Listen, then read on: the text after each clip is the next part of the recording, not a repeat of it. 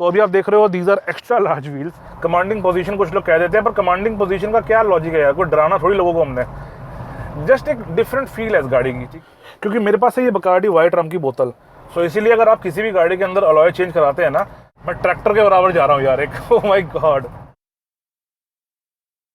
हमारी Indian car industry में बहुत सारी कंपनियां हैं और उन कंपनियों के पास बहुत सारी गाड़ियां हैं, लेकिन कुछ ही गाड़ियां ऐसी होती हैं जो एक आइकॉनिक स्टेटस हासिल कर पाती हैं, जैसे कि थार। एंड ये महिंद्रा की न्यू थार है, जो कि पुरानी थार के जैसे लगने के बावजूद काफ़ी अलग दिखती है। कुछ लोग कहते हैं शायद ये जीप से इंस्पायर्ड है, बट कोई बात नहीं। आइकॉनिक लुक्स के साथ साथ इस गाड़ी को मिलती है नई परफॉर्मेंस एज वेल। तो हमारे पास नया पेट्रोल इंजन भी है, नया डीजल इंजन भी है। एंड आज हम चलाएंगे थार डीजल। बात करेंगे क्यों आपको ये गाड़ी लेनी चाहिए, किन लोगों को ये गाड़ी अवॉइड करनी चाहिए, क्या इस गाड़ी के अंदर वो आइकॉनिक फीलिंग है। मेरा नाम है गगनप्रीत सिंह, आप लोग देख रहे हैं spare wheel and let's begin.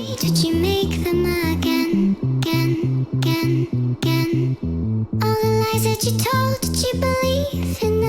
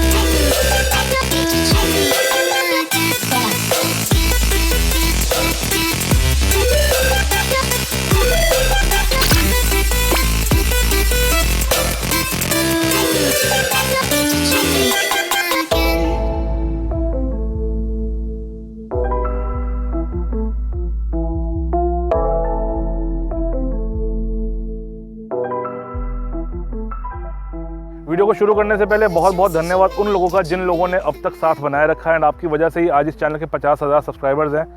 साथ निभाने के लिए मैं आपका आभारी हूं, एंड आने वाले समय में चैनल को इसी तरह से ऊपर लेके जाएंगे। Again thank you. एंड बात करते हैं महिंद्रा थार की। तो अगर मैं लुक्स से बात करूँ तो लुक्स एक डिस्टिंक्टिव फैक्टर है इस गाड़ी का। जितने भी लोग इस गाड़ी को ले रहे हैं जिन्होंने ऑफ रोडिंग नहीं करनी, वो इसको इसकी लुक्स की वजह से ले रहे हैं। बिकॉज आपको एक ओल्ड स्कूल डिज़ाइन मिलता है, प्रॉपर बॉक्सी शेप है इस गाड़ी की। जब फॉर्च्यूनर का नया वर्जन आया था, एंडेवर का नया वर्जन आया था, इवन सफारी का नया वर्जन आया था, तो बहुत से लोगों ने कहा था कि जो पुरानी बॉक्सी फीलिंग है वो कंपनी ने ख़त्म कर दी। लेकिन थार के अंदर कंपनी ने उस बॉक्सी फीलिंग को मेंटेन किया। कंपनी ने महिंद्रा थार के इमोशंस को समझा जो इसके बायर्स पसंद करते हैं, और उसी चीज़ को कंटिन्यू किया, उसी चीज़ को इम्प्रूव किया, थोड़ा सा जीप से इंस्पायर होके। बट जो हमारे सामने आज प्रोडक्ट है बहुत ही ज़्यादा शानदार है, एंड मेरे को नहीं लगता है इस प्रोडक्ट में किसी भी तरह की कमी आपको लगेगी। सबसे पहले हमारे पास एक फ्लैट विंडशील्ड जो कि बिल्कुल ही फ्लैट है, एंड एरोडायनामिक का उससे कोई लेना देना नहीं है। उसके आगे हमारे पास है वाइपर्स जो कि क्लियरली एक्सपोज्ड हैं। देन द मैसिव हुड, ये हुड आपको अंदर बैठ के प्रॉपर्ली दिखाई देता है और आपको एक मैसिव वाली फीलिंग आती है इसके साथ में। इस हुड के ऊपर you can see the clamps, जहाँ से आप हुड को खोलते हो, लेकिन हुड को खोलना इतना ईजी नहीं है, क्योंकि यहाँ से अगर आप क्लैंप्स खोल भी दो तो भी हुड ऐसे नहीं खुलेगा, आपको हुड अंदर से तब भी लैच खींचना पड़ेगा। थोड़ी देर में बात करेंगे उसकी। हुड के नीचे है महिंद्रा की बैजिंग, यहाँ पे आपको नया महिंद्रा का एसयूवी वाला लोगो नहीं मिलता। एंड एक नई गाड़ी के अंदर, या कहूँ एक रेट्रो डिज़ाइन कार के अंदर, आप ऐसी कौन सी चीज़ लगा सकते हो जिससे गाड़ी को एक पुरानी अपील मिले, वो है बड़ी गोल हेडलाइट्स। तो थार को अगेन चंकी गोल हेडलाइट्स मिलती हैं, एंड इस पर्टिकुलर कार की हेडलाइट्स चेंज हो रखी हैं। तो these are aftermarket headlights.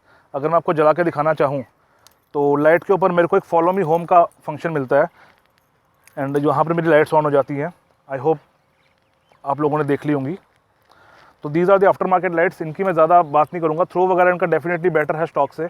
But अगर मैं स्टॉक लाइट्स की बात करूँ तो यहाँ पे आपको सिंपल लैंप्स मिलते हैं। अंदर मेरे ख्याल से उसमें एलईडी बल्ब होता है, तो उसका भी थ्रो काफ़ी ज़्यादा डिसेंट है। एंड क्योंकि लाइट्स की हाइट काफ़ी ज़्यादा ऊँची है, बाकी गाड़ियों के मुकाबले लाइट्स काफ़ी ज़्यादा अपर हाइट के ऊपर है, तो इनका थ्रो बहुत ज़्यादा अच्छा पड़ता है। एंड साथ में मेरे पास है यहाँ पर इंडिकेटर, एंड उसके नीचे यहाँ पर मेरे पास है फॉग लैम्प। तो दीज आर द लाइट्स। इसके बीच में यहाँ पे मेरे को मिलती है ग्रिल, एंड ग्रिल कुछ लोगों को पसंद आती है, कुछ लोगों को नहीं पसंद आती। एंड मेरे को ना पसंद आने का एक छोटा सा यहाँ रीज़न है, ग्रिल वैसे तो देखने में काफ़ी ज़्यादा अच्छी है, लेकिन इसके पीछे ना आपको एक्सपोज्ड रेडिएटर दिखता है। मेरे को लगता है अगर कंपनी ने ग्रिल ऐसी बनानी थी तो कंपनी अगर रेडिएटर को थोड़ा ब्लैक कर देती हल्का सा, कि वो इतना ज़्यादा ना दिखता, तो शायद थोड़ा बेटर होता। देन बम्पर के ऊपर आपको यहाँ पे थार की बैजिंग मिल जाती है, एंड बम्पर जो ओवरऑल है वो प्लास्टिक का बना हुआ है। बहुत से रिव्यूज़ के अंदर मैंने सुना बम्पर काफ़ी ज़्यादा स्ट्रॉन्ग है, आप इसके ऊपर खड़े हो सकते हो, पर्सनली स्पीकिंग मैंने जितनी भी थार्स देखी हैं, जितनों को भी मैंने हाथ लगाया है, मुझे उसके ऊपर खड़े होने वाली फीलिंग बिल्कुल नहीं आई, टू बी वेरी ऑनेस्ट। ये ना प्रेस हो जाता है, if you can C in the video. तो थोड़ा सा मुझे लगा कि ये दिखने में काफ़ी ज़्यादा अच्छा है, बट शायद उतना फंक्शनल नहीं है। इसके नीचे अगर मैं बात करूँ तो यहाँ पे आपके पास है स्किड प्लेट, एंड यहाँ पर आपके पास है फ्रंट की टोइंग हुक। तो that's the front of the Mahindra Thar, and proper एक बॉक्सी फीलिंग आपको मिलती है। एंड अगर मैं इसको खोलने की बात करूँ हुड को, तो अगर मैं इस लैच को खोल देता हूँ जस्ट लाइक दिस, तो मैं इसको उठा नहीं सकता क्योंकि मेरे को अंदर से इस चीज़ को खोलना पड़ेगा। तो एक बार मैं इसको लैच को अंदर से खोलता हूँ। 1 minute 37 seconds later. सो लैच खोलने के बाद अब अगर मैं इसको उठाऊँ, सो एक हाथ से इसको उठाना थोड़ा मुश्किल है। एक दूसरी चीज़ जो मैंने नोटिस की, आप देख रहे हो ये जो इसका जो स्टैंड है ये एकदम से बाहर आ गया है। इसको मैंने 2 बार यहाँ पे ऊपर लगाया है इस जगह पे, बट ये स्टैंड सा जो इसका है ना, ये अपने आप बाहर आ जाता है। तो इसका जो डिज़ाइन है वो काफ़ी ज़्यादा मुझे स्टर्डी नहीं लगा, एंड वेट इसका अच्छा खासा है। अगर मैं इसको अपनी गाड़ी से भी कंपेयर करता हूँ, जैसे हैरियर है मेरे पास, अब ऑफ कोर्स सॉलिड गाड़ी का मुकाबला या कंपैरिजन हम सॉलिड गाड़ी से ही करेंगे, इसको मैं ब्रीज़ा से तो कंपेयर करूँगा नहीं। तो उसके मुकाबले इसका वेट थोड़ा सा ज़्यादा इसलिए भी लग रहा है क्योंकि ये थोड़ा बड़ा हुड है। तो डेफिनेटली डिसेंट क्वालिटी का मटेरियल है यहाँ पे सारा यूज़ किया हुआ, एटलीस्ट जो मेटल है उसकी क्वालिटी तो अच्छी है। एंड यहाँ पर आप देख सकते हैं, यहाँ से आपकी हवा अंदर जाती है, एयर सेक्शन यहाँ पे है। तो अगर आपका पानी इतना ऊपर आ जाता है तो उसके बाद गाड़ी में दिक्कतें आ सकती हैं। एंड इसको बंद करने के लिए मुझे एक बार स्टैंड को ऊपर लगाना पड़ेगा, कैमरे को नीचे रख के। 2 hours later. सो इसको मैंने अभी ऊपर लगा दिया है, and that's the hood of Mahindra Thar, plus that's the diesel engine, जिसको अभी हम चला के देखेंगे लास्ट में। तो overall very big engine bay, and मेरे को लगता है यहाँ पे अगर कॉम्पैक्ट पैकेजिंग की जाए तो थोड़ा सा और बड़ा इंजन आ सकता है। Nevertheless it was quite heavy. And बंद करने के लिए इसको पहले स्ट्रेच करके ऐसे लाइक दिस, सेम बंद करने के लिए इसको पहले आपस में स्ट्रेच करके like this. So that's the front of Mahindra Thar. By the way ये कलर आपको कैसा लगा ये मुझे कमेंट्स के अंदर ज़रूर बताएं, बिकॉज ये एक ऐसा कलर है जो बहुत कम लोग लेते हैं। पर्सनली मुझे कलर बहुत ज़्यादा अच्छा लगा। मैं इसलिए तारीफ़ नहीं कर रहा कि ओनर मेरे फ्रेंड है, ये कलर मुझे एक्चुअल में अच्छा लगा, बिकॉज ये काफ़ी ना रेयर सा कलर है। आपको ऐसा कलर ईजिली थार में देखने को नहीं मिलता है। आजकल लोग डार्क एडिशन की तरफ ज़्यादा जा रहे हैं, बट मेरे को लगता है ये कलर अपने आप में स्टैंड आउट करता है। बात करते हैं गाड़ी के साइड्स की, एंड साइड से महिंद्रा थार अपने ओल्ड स्कूल कैरेक्टर को प्रॉपर कैरी करती है। एंड जो पुरानी थार थी या जीप थी या जोंगा थी, उसकी आपको वाइब यहाँ पे प्रॉपरली मिल जाएगी। कोई ऐसा एलिमेंट यहाँ पे है ही नहीं जो आपको नया ज़माने का लगेगा, एक्सेप्ट द टायर्स, उनकी हम बात करते हैं। तो जो ऑफ रोडिंग वाली आप क्लैडिंग देखते हो बाकी गाड़ियों के अंदर, वो इसमें तकरीबन 3-4 इंच की है। उसके बाद गाड़ी की हाइट ज़्यादा है तो आपको एक साइड स्टेप भी यहाँ मिल जाता है। तो प्रॉपर ऑफ रोड वाली वाइब है इस गाड़ी के साथ में, plus you can see this roof as well. तो एलिमेंट्स की बात कर लेते हैं। सबसे पहले तो you can see this indicator, side repeater भी बोल सकते हैं इसको। उसके अलावा you can see the mirror, and massive mirror पे आपके पास है थार की बैजिंग, एंड सेम थार की बैजिंग आपको मिल जाती है फेंडर के ऊपर। इनफैक्ट गाड़ी में मेरे ख्याल से 10-11 जगह के ऊपर थार लिखा हुआ है। तो गाड़ी आपको इतना याद कराती है, महिंद्रा बताना चाहता है कि आप थार के अंदर बैठे हो। शीशे के नीचे अगर मैं बात करूँ तो you can see the exposed hinges, यानी दरवाजे के जो हिंज हैं, जो कब्जे हैं, वो बाहर की तरफ लगे हुए हैं। एंड जो हैंडल है अगेन ये आपको ओल्ड स्कूल हैंडल मिलता है, जैसा आजकल की गाड़ियों में आपको प्रॉपर हैंडल मिलता है, वो चीज़ यहाँ पे हमारे पास नहीं है। उसके साथ में यहाँ पे है चाबी लगाने की जगह, तो that again looks old school. जो खिड़की है it is completely flat. Mahindra बहुत पैसे बचा रहा है थार बनाने में। कम्प्लीटली फ्लैट शीशा, ये किसी तरह का इसके अंदर कर्व नहीं है as far as I can see. तो अगेन काफ़ी ज़्यादा आपको ओल्ड स्कूल वाइब मिलती है। अगर मैं पिछले पैसेंजर्स की बात करूँ तो यहाँ पर आखिर कार का जो कैरेक्टरिस्टिक है ना उसकी बात कर लेते हैं हम। You can see this thing, basically एक सॉफ्ट टॉप है ये, लेकिन अगर मैं इसके ज़्यादा डिटेल्स में जाऊँ तो थार आती है आपको 3 वेरिएशन के अंदर। एक होता है हार्ड टॉप जहाँ पे प्रॉपर आपका मेटल होता है पीछे, दूसरा होता है सॉफ्ट टॉप, ऐसी ही चीज़, लेकिन आप उसको घर पे उतार नहीं सकते, आपको सॉफ्ट टॉप खुलवाने के लिए महिंद्रा के पास जाना पड़ेगा। तीसरा आपके पास आ जाता है कन्वर्ट टॉप। कन्वर्ट टॉप क्या चीज़ है, आप इसको घर में उतार सकते हो। Basically this is Thar convertible. And अगर मैं थार कन्वर्टेबल की बात करूँ तो पिछली जो विंडो है वो ये चीज़ है, जिसको हम खोल सकते हैं बेसिकली यहाँ से। अगर मुझे पीछे वेंटिलेशन वगैरह देनी तो मैं यहाँ से कर सकता हूँ। अभी मैं इसको खोलूँगा नहीं, बिकॉज मौसम का कुछ पता नहीं चल रहा, बीच में धूप आ रही, बीच में बरसात आ रही है। लेकिन जहाँ तक मेरा ख्याल है ऑनरशिप वीडियो में इसकी करने वाले हैं, तो ऑनरशिप वीडियो के अंदर डेफिनेटली मैं आपको सारी चीज़ उतार के दिखाऊंगा। अगर आज मौसम ठीक रहा तो we will do it, otherwise we will not do it. तो इसको कर देते हैं यहाँ से बंद, एंड ये बेसिकली इसके नीचे लगना होता है लाइक दिस। तो इस चीज़ को आप खोल सकते हो, लेकिन इसको खोलना बंद करना थोड़ा सा हैजल है। ये बेसिकली ऑफ रोडिंग के लिए है, यानी अगर आप जंगलों में जा रहे हो तो आप इसको उतार लो, आपको थोड़ा सा मजा आएगा, लेकिन फिर जब शेर आपके पास आएगा ना तो आप रोना मत। तो that's the side of the Thar. अगर मैं पीछे आ जाऊँ तो you can see the cladding again, and definitely बहुत मैसिव क्लैडिंग है। एंड उसके पीछे यहाँ पर मेरे पास है 4x4 का लोगो। थार जितनी भी आ रही है न्यू मॉडल वो सारी की सारी 4x4 है। कंपनी ने बहुत शानदार तरीके से दिमाग लगाया कि हम 4x2 चैसी बनाएंगे ही नहीं, हम 4x2 के जो स्पेसिफिक कंपोनेंट्स है वो बनाएंगे ही नहीं, ताकि हमारा सारा पैसा 4x4 के अंदर जाए एंड हमको 4x4 चैसी सस्ती पड़े। तो that's a clever thing and that was most of the Thar. और अगर मैं व्हील्स की बात करूँ, व्हील्स की बात मैं सबसे लास्ट में इसलिए कर रहा हूँ because these are aftermarket wheels. तो अभी आप देख रहे हो these are extra large wheels. ये ऑलमोस्ट मेरी टी शर्ट जहाँ ख़त्म हो रही वहाँ तक आ रहे हैं। एंड ये 24 इंच के व्हील्स हैं। एंड इसके ऊपर जो टायर लगा है वो है 305/35 प्रोफाइल। तो काफ़ी ज़्यादा छोटे, काफ़ी ज़्यादा लो प्रोफाइल टायर्स हैं ये। And alloys look very good, लेकिन इनकी जो फंक्शनैलिटी है वो हम ड्राइव के समय बात करेंगे। अगर मैं आपको छोटा हिंट दूँ तो ऑफ रोडिंग कार के ऊपर ऐसे अलॉयज़ का पर्पज़ नहीं होता है। ये सेडान के लिए बने होते हैं या जो आपकी रोड कार्स हैं उनके लिए बने होते हैं। ऐसी कार्स के अंदर जब हम ऐसे टायर्स लगवा लेते हैं ना, तो जो अगर आपने पत्थर वगैरह पे गाड़ी को लेके जाना है, किसी बेकार रास्ते पे लेके जाना है, तो वहाँ पे आपकी गाड़ी के फंसने के चांसेस बहुत ज़्यादा हैं। वहाँ पर इन अलॉयज़ पे प्रेशर पड़ने के चांसेस बहुत ज़्यादा हैं। तो पर्सनली मैं रेकमेंड नहीं करता। अगर आपने ये गाड़ी ऑफ रोडिंग के पर्पज़ से नहीं लेनी तो आप डेफिनेटली ये अलॉयज़ लगवा सकते हो। They look very cool. In fact ये इतने बड़े अलॉयज़ हैं, मैं जहाँ भी जाता हूँ ना, लोग पहले गाड़ी को देखते थार आई, नई वाली थार है, फिर देखते अलॉय, क्या ज़बरदस्त अलॉय लगवा रखे हैं। तो आज मैंने जिनसे गाड़ी मांगी उनकी वजह से अपनी तो पूरी रेपो बन गई है, राइट। बट ऐसे अलॉयज़ मैं पर्सनली थार पे रेकमेंड नहीं करता। They look cool but they do not serve any purpose. बात करते हैं गाड़ी के रेयर की। एंड अगर मैं थार के रेयर की बात करूँ तो पता नहीं मुझे क्यों लगता है कि मेरे इस गाड़ी से कोई कनेक्शन है। लगता है जैसे महिंद्रा वाले मुझे बहुत प्यार करते हैं, इसलिए उन्होंने स्पेयर व्हील को इतनी शानदार जगह दी। बाय द वे बिना टायर के नहीं, ये अलॉय बड़ा बचता है घंटी के जैसा। चलिए अगर मैं रेयर लुक्स की बात करूँ तो रेगुलर थार लुक्स हैं इस गाड़ी की। बॉक्सी स्टाइलिंग है, ऊपर आपके पास ये कन्वर्टेबल टॉप, एंड इसकी वजह से आपको यहाँ पे पीछे शीशा नहीं मिलता। तो this is all plastic area जिसको हम हटा सकते हैं, जिसकी हम बात करेंगे। अगर मैं डोर की बात करूँ तो ये आपका कन्वेंशनल डोर नहीं है जो ऊपर की तरफ खुलेगा, ये साइड की तरफ खुलता है। इसकी हम थोड़ी देर में बात करते हैं। सबसे पहले तो आप देखिए टेल लैंप्स। पर्सनली मुझे इस गाड़ी के टेल लैंप्स बहुत ज़्यादा ऑसम लगे, चाहे वो जितने मर्जी जीप से इंस्पायर्ड हो। बट इन्होंने जो बीच में थार की ब्रांडिंग करी है, यहाँ कोने में लाइट है, it is super cool man, it is super cool. यहाँ पे आपको नीचे मिलती है ऑटोमेटिक की badging and then there is the bumper. And bumper के अंदर अगेन एक्सेंट्स है, जैसे फ्रंट के अंदर से वैसे ही पीछे भी हैं, ताकि थोड़ा सा ऑफ रोड लुक आए गाड़ी को। एंड यहाँ पे आपके पास है reflector. This is the parking sensor company fitted and that is everything जो मैं यहाँ पे देख पा रहा हूँ। तो there is not much to talk about. Exposed hinge जैसे साइड वाले डोर पे थे, तो दैट्स द थिंग। एंड अगर मैं इसको खोलूँ तो ये मेरे पास हैंडल है प्रॉपर। एंड ये जो हैंडल आप देख रहे हो यहाँ पे, ये जैसा बाकी गाड़ियों के अंदर होता है, मैंने बताया था साइड के अंदर जो आपको डोर पे हैंडल मिला है वो थोड़ा ओल्ड स्कूल है, बट ये आपको बाकी गाड़ियों वाला हैंडल दे दिया इन्होंने यहाँ पे। तो ये यहाँ पर भी वो हैंडल लगा सकते थे और प्रॉपर कंप्लीट लुक दे सकते थे, मर्जी है भाई। एंड ये मेरा डोर खुलता है ऐसे। एंड अगर मैं इस तरह के डोर की बात करूँ तो हमने पजेरो में भी ऐसा डोर देखा था। एंड पुरानी जितनी भी ऑफ रोडिंग गाड़ियाँ होती थी सब में डोर साइड से खुलता था, तो ये अच्छी चीज़ लगी मुझे एक।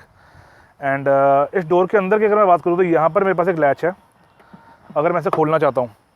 अब बूट से पहले हम इसकी बात कर लेते हैं कि इसको कैसे खोला जाएगा। तो यहाँ पे you can see there is this metal plate जो कि दोनों साइड्स को जोड़ती है। तो अगर मैं इसको निकाल लूँ तो this is the metal plate. And metal plate का रीज़न क्या है कि यहाँ पे जो डोर का ऊपर वाला पार्ट है वो भी टकराएगा अंदर को, तो वहाँ पे कुछ होना चाहिए सॉलिड सरफेस। एंड उसके बाद यहाँ पर दोनों तरफ ना जिपर दिए हुए हैं, बट ये जिपर थोड़ा सा टाइट है, वो जिपर मैं खोलता हूँ। एंड मैं इसको मोबाइल से इसलिए रिकॉर्ड नहीं कर रहा बिकॉज एक हाथ से खुलने वाले आइटम है ही नहीं है। तो इसको अगर मैं पकड़ के खोलूँ तो ये इस तरह से खुल जाता है मेरे पास, राइट। दूसरी तरफ का थोड़ा सा टाइट हो रखा है, but let's try. 3 hours later. ये यहाँ से बहुत टाइट हो रखा है इस समय, तो I can not open this. But आपको थोड़ा सा आइडिया मिल गया कि हम इसको प्रॉपर्ली हटा सकते हैं, ठीक है। अब आ जाते हैं क्लोजअप पे। सो this is the boot guys. And इतनी जगह है आपके पास, जो मैं आपको पहले दिखा रहा था, दिस वाज द प्लेट। इतना इसको हम उठा सकते हैं, मतलब पूरा ही उठा सकते हैं बेसिकली। बट यहाँ पे थोड़ा सा टाइट हो रखा है, तो इस जिपर को मैं खोल नहीं पा रहा हूँ ना, अड़ा हुआ एंड तक। एंड अगर मैं बूट स्पेस की बात करूँ तो हमारे पास सिर्फ इतनी सी बूट स्पेस है। प्रॉपर मुझे नंबर नहीं याद, मैं स्क्रीन पे लिख दूंगा इसको। एंड इसको खोल के देखते हैं तो यहाँ नीचे I can not open it. Nice, very nice. तो टूल्स के लिए कोई जगह मेरे को ऐसे दिख तो नहीं रही है। अगर आपको पता है टूल्स की जगह कहाँ पे है तो आप मुझे डेफिनेटली बताएं। What is this? This is again the mat. चलिए, दैट्स द प्लेस।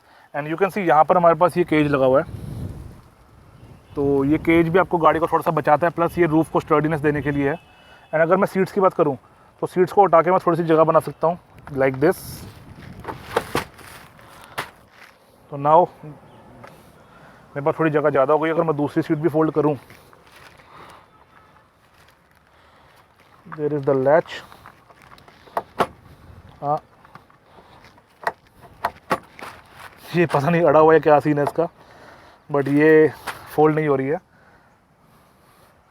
तो that's the boot space guys. बहुत ज़्यादा प्रैक्टिकल बूट स्पेस नहीं है ये, बस अगर 2 लोग बैठे तो उनका सामान आएगा, अगर 4 लोग बैठे तो यहाँ कोई सामान ज़्यादा नहीं आएगा आपका। आपके पास बहुत पतले पतले सूटकेस है, बहुत छोटे छोटे जो डफल बैग्स होते हैं ना वो आ जाएंगे 5-6, मैं मना नहीं करूँगा उस चीज़ को। जो छोटे छोटे इतने बैग हैं वो एक के ऊपर एक रखे जाएंगे, ईजिली एक्सेसिबल भी होते हैं अंदर से। बट बहुत ज़्यादा अगर आप ट्रिप वाला प्लानिंग कर रहे हो ना तो आप इस गाड़ी के अंदर वो चीज़ नहीं कर सकते। That's the thing, there is not much to talk about the boot. इसके अलावा अगर मैं लैच की बात करूं तो आपकी लैच के बारे में एक चीज़ बताता हूं। हमारे पास इस गाड़ी में 3 लैचेज़ हैं, एक पीछे डोर पे, एक ड्राइवर साइड पे, एक पैसेंजर साइड पे। तो टोटल 3 लैचेज़ हैं। बट ये जो लैच है अगर आप इसकी डायरेक्शन देखोगे तो ये ड्राइवर साइड से मैच होता है, यानी हमारे पास राइट साइड के 2 लैचेज़ हैं, एक इधर एक आगे, और लेफ्ट साइड का हमारे पास एक ही लैच है उधर की तरफ। तो बेसिकली थार के अंदर जो लैचेज़ लगे हैं वो ऑफ नंबर्ड है, यानी कि 2 लैचेज़ एक जैसे हैं और एक लैच अलग है। कंपनी यहाँ पे किसी डिफरेंट तरह का ओपनिंग भी दे सकती थी, बट कंपनी ने थोड़ा कॉस्ट कटिंग की है एंड कंपनी ने देखा जो लैच हमारे पास आगे चल रहा है बढ़िया, उसी को यहाँ लगा देते, क्या ही फ़र्क पड़ता है इससे। तो that's the thing, that's the boot of the car. अब बात करते हैं गाड़ी के इंटीरियर्स की। तो अंदर जाने के लिए you have to use this foot step. जो लंबे लोग हैं वो सीधा भी चढ़ सकते हैं, लेकिन छोटे लोगों के लिए ये बहुत काम की चीज़ है। तो यहाँ पैर रख के अंदर चलते हैं।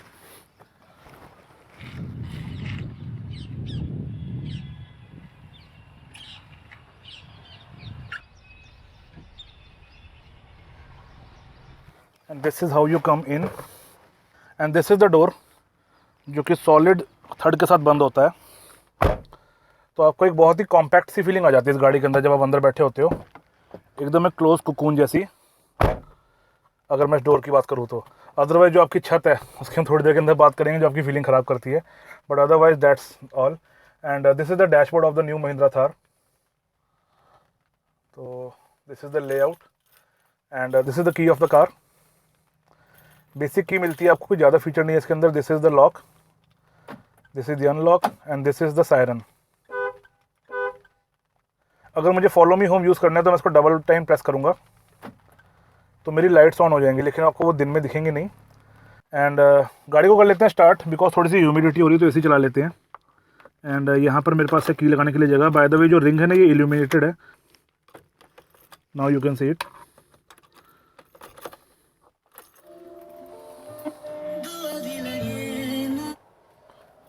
एंड इलेक्ट्रॉनिक्स कार के ऑन हो गए हैं, तो एक बार के लिए बंद कर लेते हैं सारा कुछ। ओके, अभी मैं दोबारा किसको ऑन करता हूँ।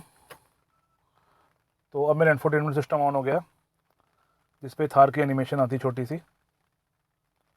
वियर सीट बेल्ट,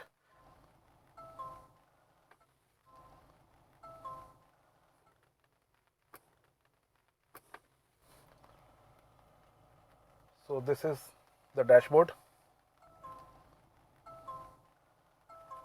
एंड जो एरर आ रहा है वो है 2-3 मल्टीपल एरर्स है, मुझे नहीं पता जो आपने जो भी चाइम सुनी वो किस वजह से आ रही है। बट गाड़ी में तेल भी कम है एंड सीट बेल्ट भी नहीं पहन रखी, और ऊपर से जो टायर प्रेशर जो सिस्टम है वो भी काम नहीं कर रहा है। थोड़ी देर के अंदर बात करते हैं उसकी। सबसे पहले अगर मैं स्टीयरिंग व्हील की बात करूँ तो steering wheel of the car looks nice, decent सा है देखने में, कोई बहुत ज़्यादा स्टाइलिश नहीं है, कोई बहुत स्नैजी डिज़ाइन नहीं है। लेकिन एक चीज़ अगर आप ध्यान से देखोगे तो सारा मटेरियल सेम यूज़ किया कंपनी ने हर तरफ, एक्सेप्ट दिस सिल्वर एक्सेंट। इसको छोड़ के बाकी सारा मटेरियल सेम है, तो थोड़ा सा चीप आउट लगता है। उसके अलावा यहाँ पे जो मार्क्स होते हैं ना, जो इसको जॉइनिंग के होते हैं, जो आपके फैक्ट्री के मार्क्स लगे होते हैं, वो बहुत ज़्यादा क्लीन नहीं है। इफ़ यू कैन सी, ये आपको लाइन दिख रही होगी यहाँ पे, तो बहुत ज़्यादा हाई क्वालिटी काम नहीं किया कंपनी ने प्रॉपर कॉस्ट कटिंग करी है। तो थोड़ा सा ये चीज़ मुझे और लगी। दूसरी बात जो डिज़ाइन है ना, इसका जो हब का ऊपर का पार्ट है वो हाईलाइटेड, नीचे से थोड़ा एम्प्टी सा लगता है। एक ये मुझे थोड़ा सा हल्का सा मुझे और लगा, but that is my personal choice. Otherwise जो quality of the steering wheel है थोड़ी सी बेटर हो सकती थी considering the price of this car. इसके बाद अगर मैं एडजस्टमेंट की बात करूँ तो मेरे को सिर्फ एक टिल्ट एडजस्टमेंट मिलती है ऊपर नीचे, कोई टेलीस्कोपिक एडजस्टमेंट नहीं है इसकी। तो दैट्स इट। एंड इसके पीछे मेरे पास रेगुलर स्टॉक्स हैं हमारे, तो स्टॉक्स की क्वालिटी भी ठीक ठाक है। थोड़े से मुझे ओवर डिज़ाइन लगे stocks, otherwise they are fine.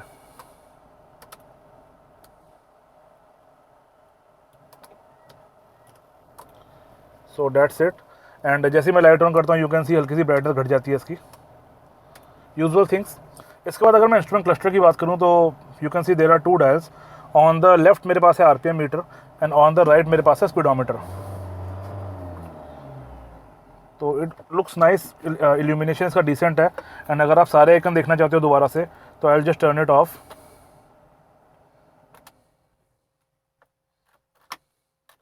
तो ये बंद हो गया। अभी इसको दोबारा मैं ऑन करता हूँ, तो FM ऑन हो गया था। दोबारा इसको ऑन करते हैं आगे। The illumination and the Thar animation, तो बहुत सारे आपको आइकन दिख रहे होंगे। वियर सीट बेल्ट, तो this is all the information. And इस इन्फॉर्मेशन को साइकिल करने के लिए यहाँ पर मुझे बटन दिए गए हैं, कंट्रोल्स। इसको कंपनी स्विच बैंक बोलती है, बड़ा स्टाइलिश सा नाम है, स्विस बैंक के जैसा। तो इसकी बात कर लेते हैं। सबसे पहले तो यहाँ पे मेरे पास बटन है ट्रैक्शन कंट्रोल ऑफ करने के लिए, उसके नीचे मेरे पास बटन है हिल डिसेंट कंट्रोल के लिए। तो यहाँ से मैं इसको ऑन एंड ऑफ कर सकता हूँ, अभी ऑफ है। देन ये है इन्फॉर्मेशन साइकिल करने के लिए, और ये है मेन्यू के पेजेस चेंज करने के लिए। नीचे है एंटर का बटन। तो let's press the menu page button. अभी हम हैं, this is some sort of information, एक मिनट देखते हैं क्या चीज़ है ये आ गया आपके 4 व्हील ड्राइव का information. These are the warnings. यहाँ पे हमारी सेटिंग आ जाती है। दिस इज़ रिलेटेड टू आपके trips, trip A, then trip A का थोड़ा सा डेटा, देन ट्रिप बी का थोड़ा सा डेटा। उसके अलावा आगे मेरे पास है फ्यूल। तो गाड़ी बंद होने वाली है 40 किलोमीटर के अंदर। एवरेज गाड़ी की भयंकर कम आ रही है इस समय, बट बाद में देखते हैं। देन ये मेरे ख्याल से स्पीडोमीटर है मेरा, जो कि 0 kmph मुझे दिखा रहा है। तो डेट्स ऑल द इन्फॉर्मेशन। इसके अलावा यहाँ पे और कोई ख़ास इन्फॉर्मेशन नहीं आती। और अगर मैं इसको वापस उस जगह पे लेकर चलूँ, तो यू कैन सी मेरे पास लेफ्ट साइड के ऊपर है टेम्परेचर एंड राइट साइड के ऊपर है फ्यूल, जो कि बस कम ही होता जा रहा है। तो डेट्स ऑल द थिंग। इसके अलावा ऊपर हमारे पास थोड़े से आइकन्स आ जाते हैं। तो जैसे अगर मैं हज़ार्ड चलाना चाहूँ तो दिस आर द इंडिकेटर्स। एक चीज़ मैंने इस कार में नोटिस किया, अभी मेरे हज़ार्ड ऑन है, तो you can C both the indicators हैं। जैसे ही मैं इंडिकेटर देता हूँ एक साइड का, तो सिर्फ इंडिकेटर रह जाता है। तो this is a nice touch by Mahindra. And इसके पीछे अगर मैं बात करूँ तो डैशबोर्ड की तरफ चलते हैं। तो ऑन द राइट साइड मेरे पास यहाँ पे एक AC वेंट है। एंड AC वेंट गाड़ी के सारे सिमेट्रिकल हैं, सारे आपको राउंड AC वेंट्स मिलते हैं। बट जो ख़राब चीज़ मुझे लगी है, AC वेंट का ना डिज़ाइन बहुत अच्छा है। दीज आर ओवर डिज़ाइन, लेकिन फंक्शनैलिटी इनकी थोड़ी सी ख़राब है। अगर इसको मूव करना होता है तो ये बहुत टाइट है। और ये एक ही AC वेंट नहीं है, सारे AC वेंट्स ऐसे ही हैं, थोड़े ओवर टाइट हैं ये। चाहे इन्होंने देखने में अच्छे AC वेंट बनाए हैं, लेकिन राउंड AC वेंट जैसे आई थिंक ईटियोस लीवा में आते हैं, वो भी काफ़ी फंक्शनल है। लीवा या माइक्रा में आते हैं राउंड AC वेंट्स, एंड वो काफ़ी ज़्यादा डिसेंट है। अगर ये वैसे AC वेंट लगा देते जो कि ईजी टू यूज़ होते, तो मेरे को लगता है ज़्यादा बेटर रहता। उसके अलावा इसको अगर ऑफ़ करना है तो ये ऑफ़ हो गया, ये ऑन हो गया। इफ़ यू कैन सी, इसको रोटेट करता हूँ तो ये ऑफ़ हो जाता है। मेरे को लग रही है ये चीज़ ना थोड़ी सी ओवर डिज़ाइंड है, मतलब इतना करने की ज़रूरत नहीं थी। आप सिर्फ एक आसानी से चलने वाले AC वेंट दो, मेरे को लगता है वो चीज़ ज़्यादा ज़रूरी है। But otherwise they look nice. इसके आसपास आपको ग्लॉसी रिंग मिल जाता है, एंड देन यहाँ पे आपको क्रोम का रिंग मिलता है अंदर की तरफ। तो लुक्स वाइज ठीक ठाक है। उसके अलावा जो साइड पे AC वेंटर्स के ऊपर यहाँ पे ना कार्बन फाइबर का एक्सेंट दिया हुआ है। दिस इज सम रैप और आई don't know what it is, but यहाँ पे कार्बन फाइबर आपको देखने को मिलेगा, जो कि बाकी डैशबोर्ड से डिफरेंट है। इसके अलावा नीचे की साइड पर ही यहाँ पर मेरे पास हेडलाइट लेवलिंग का स्विच है। तो इसको अगर मैं ऊपर नीचे करता हूँ, मेरी हेडलाइट ऊपर नीचे रह जाती है। 3 नंबर पर फिलहाल सबसे नीचे हो रखी है वो। अगर मैं दरवाजे की बात करूँ तो this is the door of the car. And door गाड़ी का ठीक ठाक अच्छा खासा चौड़ा है। एंड यहाँ पर आपको कोई ज़्यादा चीज़ देखने को नहीं मिलेगी। एंड ज़्यादा चीज़ का मतलब है कोई बटन नहीं है यहाँ पे, वो थोड़ी देर के अंदर आएंगे। फिलहाल जो लैच आप देख रहे हो, ये पुराने ज़माने की, जैसे आप किसी आल्टो में बैठे हो ना, वैसे क्वालिटी का लैच दिया हुआ है इन्होंने। एंड अंदर से अगर आप लैच देख पा रहे हो यहाँ से क्लियरली, तो अंदर से जो क्वालिटी है वो बहुत ज़्यादा क्लीन नहीं है इसकी। बड़ा ही देसी सी क्वालिटी का लैच दिया हुआ है कंपनी ने इतनी महंगी गाड़ी के ऊपर। इसके अलावा यहाँ पीछे मेरे पास थार की बैजिंग है। एंड देन यहाँ पर हल्का सा सॉफ्ट टच देखने जैसा मटेरियल है, पर ये हार्ड टच है। तो everything is hard touch in this car. And then यहाँ पे हमारे पास कोई स्विचेस नहीं है, प्लेन है। हमारे पावर विंडो के स्विचेस कहीं और हैं। यहाँ पर आप सामान रख सकते हो या फिर इसको हैंडल की तरह यूज़ कर सकते हो। ये आपका स्विच आ जाता है आपके आउटसाइड मिरर्स के लिए। एंड उसके बाद नीचे यहाँ पे थोड़ी सी स्टोरेज है। तो डैट्स द डोर, कोई चीज़ एक्स्ट्रा चीज़ यहाँ पे है ही नहीं।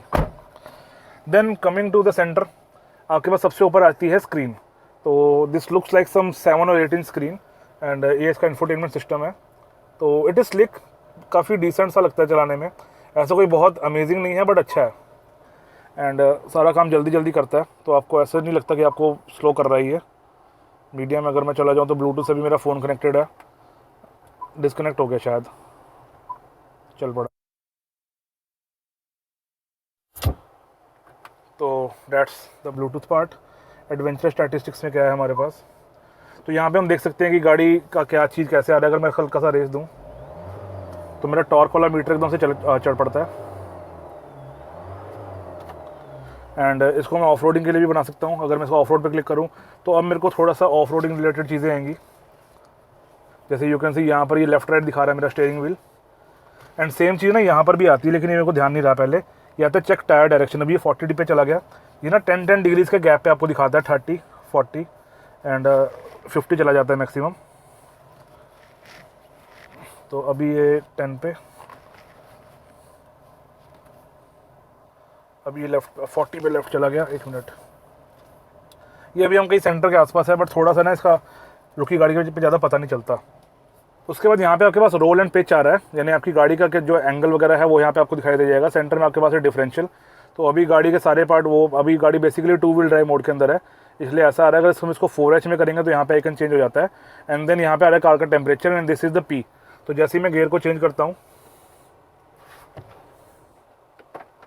तो ये R आ गया and now we are in neutral. फिलहाल पार्क पे लगा देते हैं, बाहर चलते हैं। एंड अगर मैं मोबाइल का यूज़ करना चाहूँ फंक्शंस, तो यहाँ पर दिस इज़ द थिंग, ये कार की इन्फॉर्मेशन है मेरे पास। टायर ट्रॉनिक्स, जो कि आपको दिखाया था मैंने सबसे पहले, जो आइकन आ रहा था यहाँ पर, वो टायर ट्रॉनिक्स का आइकन है। एंड यहाँ पर दिखा रहा है सिग्नल मिसिंग। तो अगर आप आफ्टर मार्केट अलॉय लगाना पसंद करते हो, मेक श्योर आपके सेंसर्स वापस लगाए जाएँ, अदरवाइज़ उन सेंसर्स का या जो कंपनी ने आपको फीचर दिया उसका कोई फ़ायदा नहीं है। उसके अलावा देखते हैं what else we have. Alert, same चीज़ दिखा रहे हैं यहाँ पे, सिग्नल मिसिंग दिखा रहे हैं चारों टायर्स का।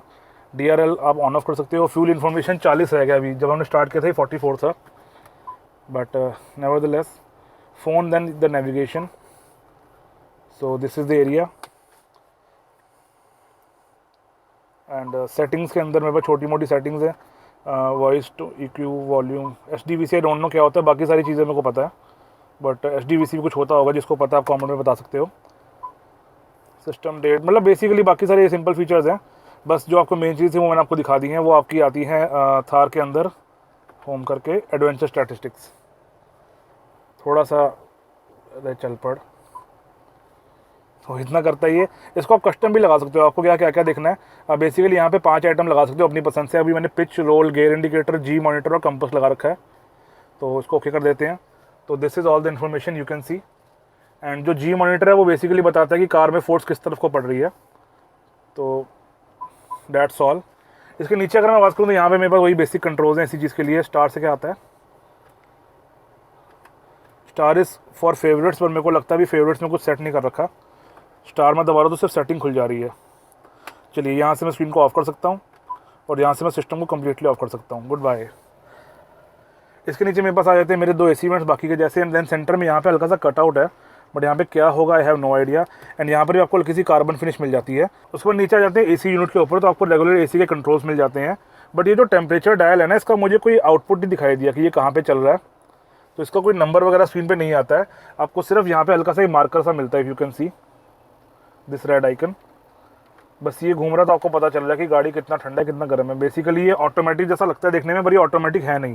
तो थोड़ा सा क्लेवरली डिजाइन है, अच्छे आपको बटन दिए हुए हैं। Otherwise this is not an automatic AC। And यहाँ से आप फैन की स्पीड कर सकते हो। एक अच्छा टच कितने लोगों ने देखा, नहीं दिखा, आई हैव नो आइडिया। इस पर जो बना हुआ है ना, जो पैटर्न बटन्स के ऊपर, ये नॉब्स के ऊपर, ये टायर के जैसा है। तो ये भी काफ़ी ज़्यादा यूनिक चीज़ है जो आपको सिर्फ थार में देखने को मिलती है, ये और गाड़ियों के अंदर नहीं मिलता। यहाँ पे हल्का सा ये इसकी टायर जैसी फिनिशिंग है, तो it looks very cool in person. And उसके बाद नीचे बटन आ जाते हैं जिसको कुछ लोग फ्लाइट जैसे बटन बोल देते हैं, जैसे फ्लाइट्स में होते हैं। बट टू माई डिसअपॉइंटमेंट ये बटन सिर्फ डमी है, ये काम नहीं करता इनमें से कोई भी। सिर्फ सेंटर का बटन काम करता है, और वो भी एक ही डायरेक्शन में काम करता है। It would have been better अगर ये नीचे से काम करता, कि मैं नीचे से इसको हिला रहा हूँ तो ये चल रहा है, जैसे लैम्बोर्गिनी वगैरह में होता है। बट चलिए, लैम्बोर्गिनी वाले पैसे नहीं लिए, लेकिन 20 लाख रुपए कम नहीं है, जहाँ पे आप सिर्फ लाइटें लगा के दे रहे हो, बटन सिर्फ सेंटर वाला एक ही है। तो डैट इज़ समथिंग जो मुझे ऑड लगा। एंड उसके नीचे यहाँ पे मेरे पास है 12 वोल्ट सॉकेट इस तरफ से। एंड 2 USB के पोर्ट्स हैं। This is for the pen drive, अगर आपने लगानी है। ये वाला सिर्फ चार्जिंग करता है, चार्जिंग दोनों करते हैं, पर अगर पेन ड्राइव लगानी है आपने तो वो सिर्फ इस वाले में लगेगी। यहाँ पे हमारे पास ऑक्स है, और यहाँ नीचे है फ़ोन रखने की जगह। तो ये फ़ोन रखने की जगह डिसेंट है। बहुत सी महंगी गाड़ियों में भी जगह नहीं होती फ़ोन रखने की अच्छी तरह, बट इसमें आपको अच्छी जगह मिल जाती है। उसके पीछे हमारे पास आ जाते हैं गियर लीवर्स और 4 व्हील ड्राइव सिलेक्टर। तो बारी बारी बातें करते हैं। सबसे पहले तो ये ऑटोमेटिक ट्रांसमिशन है, तो यहाँ पर आपको सिर्फ PRND मिलता है, एडिशनल कोई चीज़ नहीं मिलती। एंड इसके नीचे यहाँ पर आपके पास एक बटन है, एक स्विच है जिसको आप दबाते हो। It is not visible from here, but यहाँ से आई थिंक विजिबल होगा ये चीज़। अब ये तभी दबेगा अगर आपने ब्रेक दबा रखी होगी। अभी मैं इसको खींचता हूँ पीछे तो ये पीछे नहीं आता, लेकिन जैसे ही मैं ब्रेक दबाता हूँ अब ये पीछे आ गया रिवर्स पे। अब हम न्यूट्रल पे हैं, अब हम ड्राइव पे हैं। तो दैट्स द थिंग, न्यूट्रल पे वापस। अगर न्यूट्रल से रिवर्स पे लेके जाना है तो उसको दबा के करना चाहिए, एंड देन रिवर्स से पार्किंग करना है तो अगेन दबा के करना चाहिए। तो अब गाड़ी पार्क है, मैं ब्रेक से पैर हटा देता हूँ and we are good to go. तो this is the gear lever of the car. इसके अगर आप यहाँ देख रहे हो तो यहाँ पे शिफ्ट लॉक दिखा रहा है। तो ये शिफ्ट लॉक का क्या सीन है कि अगर यहाँ पर एक ब्रेक का लॉक है जो अभी आपको मैंने दिखाया कि बिना ब्रेक दबाए काम नहीं करेगा, मुझे ब्रेक दबानी ही पड़ेगी तभी ये पीछे आएगा। लेकिन अगर किसी कारण से ये सेंसर ख़राब हो जाए इसके अंदर और ब्रेक दबाने के बाद भी ये पीछे ना आए, तो भी आपको यहाँ शिफ्ट लॉक के अंदर का बटन दबाना है और फिर आपकी ये चीज़ बिना ब्रेक के काम करना शुरू कर देगी। This is what I know about the shift lock from the manual. इसके अलावा अगर मैं 4 व्हील ड्राइव सिलेक्टर की बात करूँ तो अभी ये हो रखा है 2H के ऊपर राइट नाउ, सबसे आगे पोजीशन पे।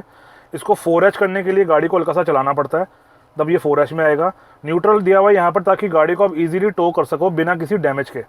अगर आप गाड़ी किसी भी तरीके से टो कर रहे हो, वैसे तो 4 व्हील ड्राइव गाड़ी आपको कभी भी टो नहीं करानी चाहिए, बट किसी भी रीज़न से अगर आपको उसको आगे पीछे करना है तो उसको आप न्यूट्रल लगा दो।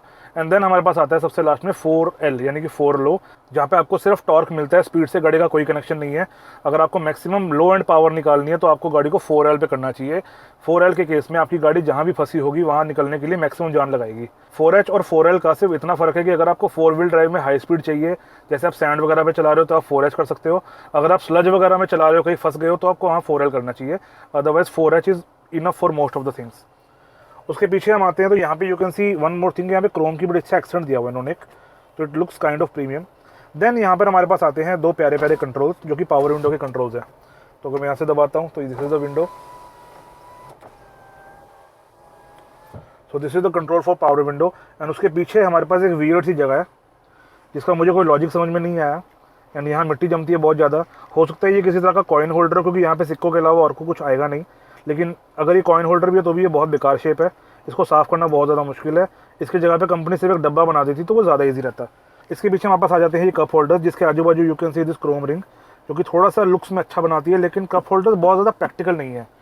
क्योंकि मेरे पास है ये बकार्डी वाइट रम की बोतल, इसके अंदर मैं ये भी कह सकता हूँ कि ये पानी है, लेकिन आप तो नहीं मानोगे ना कभी। अगर इस बोतल को मैं यहाँ लगाता हूँ तो ये बोतल यहाँ फिट नहीं आती।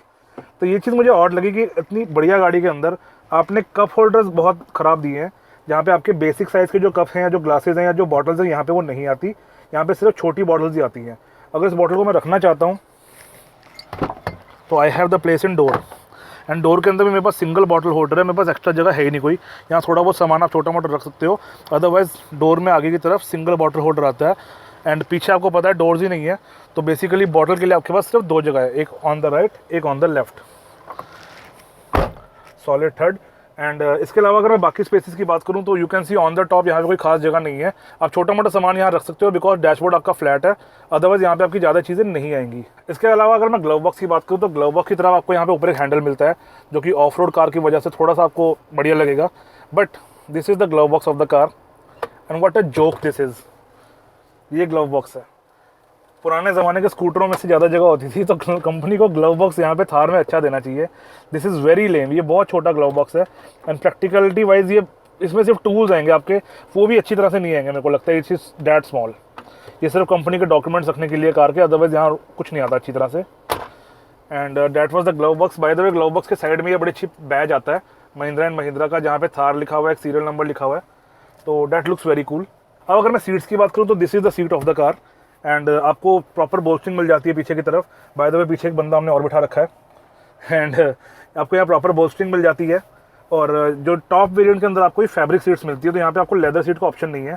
This is part leather part fabric, but मेरे को लेदर सीट ज़्यादा ठीक लगती है बिकॉज ऐसी गाड़ियों में वो साफ़ करनी आसान रहती है। इसके अलावा दोनों सीट्स के ऊपर फ्रंट में on the passenger as well as on the driver आपको लंबर सपोर्ट मिल जाती है, if you can see on the seat. ये थोड़ा वीडियो में दिखाना मुश्किल है, पर लंबर सपोर्ट से आपका ये वाला एरिया थोड़ा आगे पीछे होता रहता है। इसके अलावा आपके पास रिमूवेबल हेडरेस्ट है। तो सिटिंग वाइज मैं सुबह से बैठा हुआ हूँ, ऐसा कंफर्ट इट इज़ डिसेंट। आपका Thai support it is okay, कोई बहुत बेस्ट नहीं है पर ख़राब नहीं है, इट इज़ गुड सीट।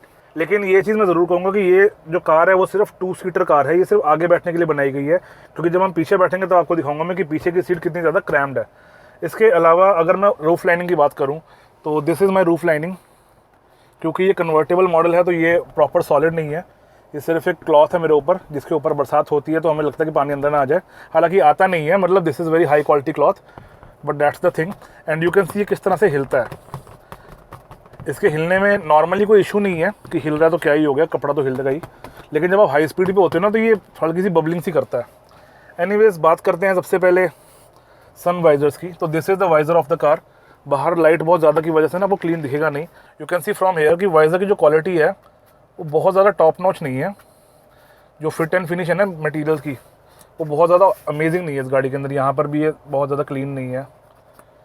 तो दिस इज़ समथिंग जो मुझे बहुत ऑड लगा considering the hype of this car, कि लोग इस गाड़ी को इतना पसंद करते हैं, उसके बावजूद महिंद्रा आपको क्वालिटी के अंदर कचरा करके दे रहा है। इसके अलावा यहाँ पर मेरे पास एक लैच है, तो ये लैच है इस रूफ़ को खोलने के लिए। अगर मैं रूफ़ को खोलना चाहता हूँ तो यहाँ दोनों तरफ मेरे को लैच दिए हुए हैं। And on the passenger side आपको मिरर मिल जाता है, पर क्वालिटी यहाँ की भी वैसी ही है। एंड इसके अलावा अगर मैं शीशे की बात करूँ तो यहाँ पे manual day night adjustable mirror है। थोड़ी सी ब्राइटनेस कैमरे की मैंने ज़्यादा बढ़ा रखी है बिकॉज बाहर लाइट बहुत ज़्यादा है और हमारी ना छत क्लियरली आ नहीं रही। तो now you can see the roof, जो मैं आपको पहले बता रहा था, ही हिलता है। दिस वाज द लैच, दोनों तरफ है। एंड यहाँ पर इफ़ यू वांट टू सी, ये थोड़ा सा हिल रहा है। अब ये हो सकता है इस पर्टिकुलर कार का इशू हो, लेकिन इस गाड़ी ने कोई ज़्यादा डिस्टेंस किया भी नहीं है। इसकी भी पहली सर्विस हो चुकी है। एंड पहली सर्विस होने के बावजूड कंपनी के एम्प्लॉयज़ ने इसको किसी भी चीज़ को छेड़ना ज़रूरी नहीं समझा। तो मेरे को लगता है कि सर्विस वाइज महिंद्रा अपनी गाड़ी को थोड़ा और बेटर कर सकता है। बट डेफिनेटली जो सुनने में आता है कि टाटा के मुकाबले सर्विस शायद इनकी थोड़ी ठीक ही है। तो that was most of the front part. आपको हैंडल राइट साइड पे नहीं मिलता, सिर्फ लेफ्ट साइड के ऊपर मिलता है, जबकि कहने को ये ऑफ रोड कार है। एंड मेरे ख्याल से जो मैंने पजेरो का वीडियो किया था तो उसमें राइट साइड पे भी हैंडल था। I am not sure about it, पर मेरे ख्याल से था। तो डैट इज़ समथिंग जो इस गाड़ी में तो होना चाहिए यार, एक ऑफ रोड गाड़ी के अंदर। एंड अब बात कर लेते हैं ओवरऑल चीज़ों की, जो अच्छा लगा जो बुरा लगा। देखो, अच्छा देखने को मुझे ये लगा कि इसका ना थोड़ा फंकी सा डिज़ाइन है। एंड जैसे कार की एक बॉक्स वाली शेप है बाहर से, तो अंदर से भी आपको एक बॉक्स वाला स्टाइलिंग मिलता है डैशबोर्ड के ऊपर। बट ख़राब क्या लगा मुझे, क्वालिटी टचेस, जैसे मैंने आपको भी यहाँ दिखाया ये चीज़ हिलती है। उसके अलावा अगर मैं आपको यहाँ दिखाऊँ तो ये जो आपकी रूफ रेल एक तरह सी जिसके ऊपर आपकी रूफ टिकी हुई है, यहाँ पर ये जो कनेक्टर है इसका जो जॉइंट है बीच में, ये बहुत ज़्यादा शार्प है, इसकी क्वालिटी अच्छी नहीं है, या इसके ऊपर कुछ ना कुछ कवर होना चाहिए था। तो ये मुझे ऑड लगा। और ये दोनों तरफ है, ये इस तरफ भी है, ये बहुत ज़्यादा शार्प है। उसके अलावा ये क्वालिटी आप देख चुके हो कि बहुत ज़्यादा अमेजिंग नहीं है क्वालिटी इस चीज़ की भी। एंड जो लैच है ये भी काफ़ी ज़्यादा प्रीमियम महसूस आपको नहीं होता। तो ओवरऑल एक 20 लाख की गाड़ी के अंदर जब आप छोटी छोटी चीज़ें नोटिस करते हो ना, खासकर चाहे वो ऑफ रोड भी है, लेकिन ये चीज़ छुपाने में मेरे को नहीं लगता बहुत ज़्यादा खर्चा आता कंपनी का। तो इन छोटी छोटी चीज़ों को देख के ना हल्का सा बंदे का मूड ऑफ होता है। Specially this thing, look at this, इसकी कटिंग इतनी ख़राब ही है ना यहाँ से। It is not visible in the camera properly, but ये बहुत ज़्यादा रफ है। और ऐसा मैंने पहली बार देखा किसी भी गाड़ी में। मैंने इतनी गाड़ियाँ की हैं इस चैनल के ऊपर, बट ऐसा क्वालिटी वाला मैंने कभी पहले देखा नहीं। तो डेट्स द थिंग। फंक्शनैलिटी गाड़ी की ठीक ठाक है कंसिडरिंग द फैक्ट कि ये ऑफ रोडर है। बट अभी फंक्शनैलिटी का सेकंड पार्ट पे चलते हैं, पिछली सीट्स की तरफ, एंड बात करते हैं कि गाड़ी की पिछली सीट्स कितनी ज़्यादा प्रैक्टिकल है। एंड रेयर पे जाने के लिए, क्योंकि हमारे पास कोई रेयर डोर नहीं है, इसलिए हम लेफ़्ट साइड पे आएंगे। एंड यहाँ पे देयर इज़ दिस लैच, इसको दबाएंगे तो ये आगे आ जाएंगे। इसको थोड़ा आगे की तरफ करके अब हमारे पास थोड़ी जगह बन गई है, तो यहाँ से चलते हैं हम अंदर की तरफ।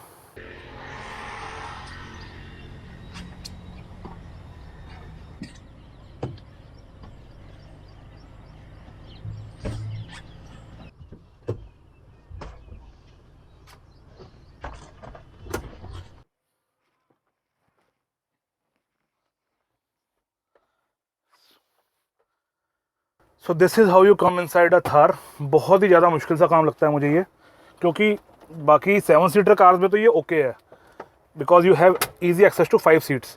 बट यहाँ पर आपको तीसरी चौथी सीट में बैठना है ना, तब भी आपको यहाँ पे महाभारत करनी पड़ती है। तो ये थोड़ा सा मुझे ऑड लगता है। सो this is me guys, and now you can सी मैं प्रॉपर बैठा हुआ हूँ। एंड ये जो सीट है ये थोड़ा सा आगे हो रखी है। You can see this is my driving position. तो अगर मैं इसके पीछे भी हूँ, मेरे को लगता है मैं बैठ सकता हूँ, क्योंकि मेरे पास इनफ लेग रूम बच जाएगा। तो that is not an issue I guess. And this is the seat. So you can see me properly कि हेडरूम, क्योंकि ओपन गाड़ी तो उसमें हेडरूम अच्छा खासा है, लेकिन ये जो पीछे के हेडरेस्ट है ना, ये मेरे को बार बार टच हो रहे हैं बिकॉज ऑफ माई पर्सनल धार्मिक इश्यूज़। एंड गर्मी बहुत ज़्यादा है, आज ह्यूमिडिटी बहुत है बरसात की वजह से। एंड जो सीट आप देख रहे हो ना इस कन्फिग्रेशन में राइट नाउ, ये थोड़ी सी अपराइट हो रखी है ना, कुछ ज़्यादा ही फ्लैट हो रखी है। तो मैं बहुत ज़्यादा सीधा होकर बैठा हुआ हूँ सावधान पोजीशन के अंदर। लेकिन यहाँ साइड में मेरे पास रिक्लाइनिंग ऑप्शन है, तो अगर मैं इसको खींचता हूँ इस लैच को, and now you can C seat मेरी थोड़ी सी डिक्लाइन हो चुकी है। तो आई होप ये डिफरेंस क्लियरली विजिबल होगा, क्योंकि आज बाहर भी लाइट बहुत ज़्यादा है, तो आई हैव नो आइडिया कि आपको क्या दिख रहा है क्या नहीं दिख रहा, बट आई बिलीव आपको ये डिफरेंस यहाँ से क्लियर आ रहा होगा कि ये सीट काफ़ी पीछे है, ये काफ़ी आगे है, इतना डिफरेंस है, ठीक है। तो this is the reclined seat, ये थोड़ी सी अपराइट है, and this is all the creature comfort you have. आपके पास पीछे सीट बेल्ट है, उसके अलावा ये जो केज है इसके ऊपर आपको यहाँ हैंडल मिलते हैं इमरजेंसी पकड़ने के लिए। कोई बहुत ज़्यादा ऑसम क्वालिटी के हैंडल नहीं है, बट ठीक ठाक है, आपका काम चल जाएगा। एंड एज सच पीछे कोई क्रीचर कंफर्ट भी नहीं है। जो आपकी जो टायर वेल्स होते हैं ये भी आपके अंदर की तरफ आ रखे हैं बहुत ज़्यादा, तो ये भी बहुत ज़्यादा जगह खा जाते हैं। एंड अगर मैं विंडो की बात करूं तो यू कैन सी इस कार के अंदर हमारे पास ये प्लास्टिक है, बट इसको खोला जा सकता है बाहर से, यहाँ पे विंडो का एरिया बनाया जा सकता है। तो दैट्स एवरीथिंग। एंड उसके बाद अपर साइड के ऊपर यहाँ पे ना स्पीकर्स है, बट ये स्पीकर आई कैन सी ये ओपन है, थोड़ा सा खुल रखा है यहाँ से ये, क्योंकि इस गाड़ी के स्पीकर्स का काम हो रखा है। And you can see there is an under seat subwoofer as well. मेरे ख्याल से इसी कार के अंदर पड़ा हुआ है, यहाँ पे वायरिंग भी है हमारे पास, and the wiring is quite exposed from here. तो उसकी बात हम नहीं करेंगे। अगर मैं रेगुलर सी बात करूँ, सिंपल सी एक फाइनल अगर आपको मैं बात बताऊँ उसकी रेयर सीट्स की, तो 2 बंदे बैठ सकते हैं। अगर हम रिक्लाइन करके बैठे तो बैठ सकते हैं, अगर वो स्टैंड अप पोजीशन के अंदर बैठना पड़े तो it is very much annoying. दूसरी बात है जो बेंच है ना, इसकी क्वालिटी भी बहुत औसम नहीं है, बड़ा हार्ड सा बेंच है ये। तो ठीक है, ऑफ रोडिंग कार के हिसाब से ठीक है, बट मेरे को ख़राब क्या लगता है, अंदर घुसने का जो प्रोसेस है ना वो बहुत बेकार है इसका। मेरे ख्याल से जो फोर्स की गुरखा गाड़ी है ना, उसका अंदर बैठने का सिस्टम इस गाड़ी से बहुत ज़्यादा बेहतरीन है, जहाँ पीछे से अंदर आते हो। तो that's the rear seat of Thar. There is not much to talk about, मतलब यहाँ कुछ है नहीं ज़्यादा बात करने वाला। सिर्फ इतनी सी चीज़ है कि बेंच है वो बराबर है, लेकिन जो रेयर जो बैक है वो दोनों सीट्स की अलग अलग है। आप चाहो तो यहाँ 3 बंदे बिठा सकते हो, बट वही बात है, अगर आप यहाँ 3 बंदे बिठा रहे हो ना तो वो मुश्किल से ही बैठ रहे हैं। और जितने लोग थार्स के रिव्यू देखते हैं यूट्यूब के ऊपर, या जिन लोगों को पता है थार के बारे में ना, वो सारे लोग जानते हैं कि पीछे चाहे 2 बैठे चाहे 3 बैठे हैं, वो दुखी होकर बैठे हैं, अनटिल अनलेस वो इस तरह से बैठे हो जैसे मैं बैठा हूँ अभी रिक्लाइन करके। अदरवाइज़ अगर आपको छोटा मोटा भी सामान रखना पड़ता है तो आप इस सीट को रिक्लाइन नहीं कर पाओगे। अदरवाइज़ अगर आपको थोड़ा सा ज़्यादा सामान रखना पड़ेगा पीछे तो आप इस सीट को रिक्लाइन नहीं कर सकते, क्योंकि सामान के ऊपर आपको जगह चाहिए होगी और सामान रखने के लिए। So that's the rear of Thar. Recline करने के बाद वैसे सीट मुझे अच्छी लग रही है, अदरवाइज सीट मुझे बहुत बेकार लग रही थी पहले। एंड अब गाड़ी को चला के देखते हैं। So now it is time to ride the Thar and देखते हैं गाड़ी के ऑन रोड मैनर्स कैसे हैं। तो सबसे पहले सीट बेल्ट पहन लेते हैं, बिकॉज गाड़ी की छत भी नहीं है, तो ऐसे में तो आपको डबल सिक्योरिटी करनी बनती है अपनी। ऑलराइट, एंड चाबी करते हैं ऑन। तो there comes the Thar animation. ये जो कैमरा है इस समय मेरे साइड पे, ये वाला कैमरा है, इसका थोड़ा सा एंगल टेढ़ा है, बिकॉज गाड़ी के ना दरवाजे बहुत फ्लैट से हैं, तो थोड़ा सा एंगल इस तरह से बना हुआ है। एंड गाड़ी को करते हैं start, on to the drive, and let's roll. एक सबसे पहली चीज़ जो आपको थार में बैठ के पता चलती है ना, एसी चला लेते हैं, वो है गाड़ी की एक हाइट। कमांडिंग पोजीशन कुछ लोग कह देते हैं, पर कमांडिंग पोजीशन का क्या लॉजिक है यार, कोई डराना थोड़ी लोगों को हमने। गाड़ी की सीट हाइट काफ़ी ज़्यादा अच्छी है एंड काफ़ी ज़्यादा ऊंची है मतलब, और आपको वो चीज़ ना इंस्टेंटली फील होती है। इनफैक्ट मैं हैरियर भी चलाता हूँ रेगुलरली, और हैरियर से जब मैं थार में आता हूँ ना तो एकदम से पता चलता है कि मतलब थार एक ऊँची गाड़ी है। चाहे बड़ी ऐसे में हो ना हो वो अलग बात है, लेकिन ऊंची गाड़ी में आप ज़रूर बैठे हुए हो। इसके अलावा दूसरी चीज़ जो आपको इंस्टेंटली फील होती है अंदर बैठते साथ ही, वो है गाड़ी के विंग एंगल्स। बिकॉज गाड़ी की शेप बड़ी डिफरेंट है compare to other cars, right. काफ़ी ज़्यादा फ्लैट है चीज़ें, और हाइट काफ़ी ज़्यादा ऊंची है, तो एक तरह से ना आपको थोड़ा सा डिफरेंट व्यू आता है। और जो कुछ लोगों को अच्छी चीज़ लगती है वो है बॉनेट का व्यू। बॉनेट का व्यू आपको यहाँ से कंप्लीट बॉनेट दिखता है, आपको पता चलता है कि आप ना एक मतलब जस्ट एक डिफरेंट फील है इस गाड़ी की, ठीक है। मैं इसको एग्जैक्टली बहुत ही महाराजा स्टाइल फीलिंग तो नहीं बोलूँगा, लेकिन ये अच्छी फीलिंग है बहुत। आपको ना बहुत मज़ा आता है थार के अंदर बैठ के।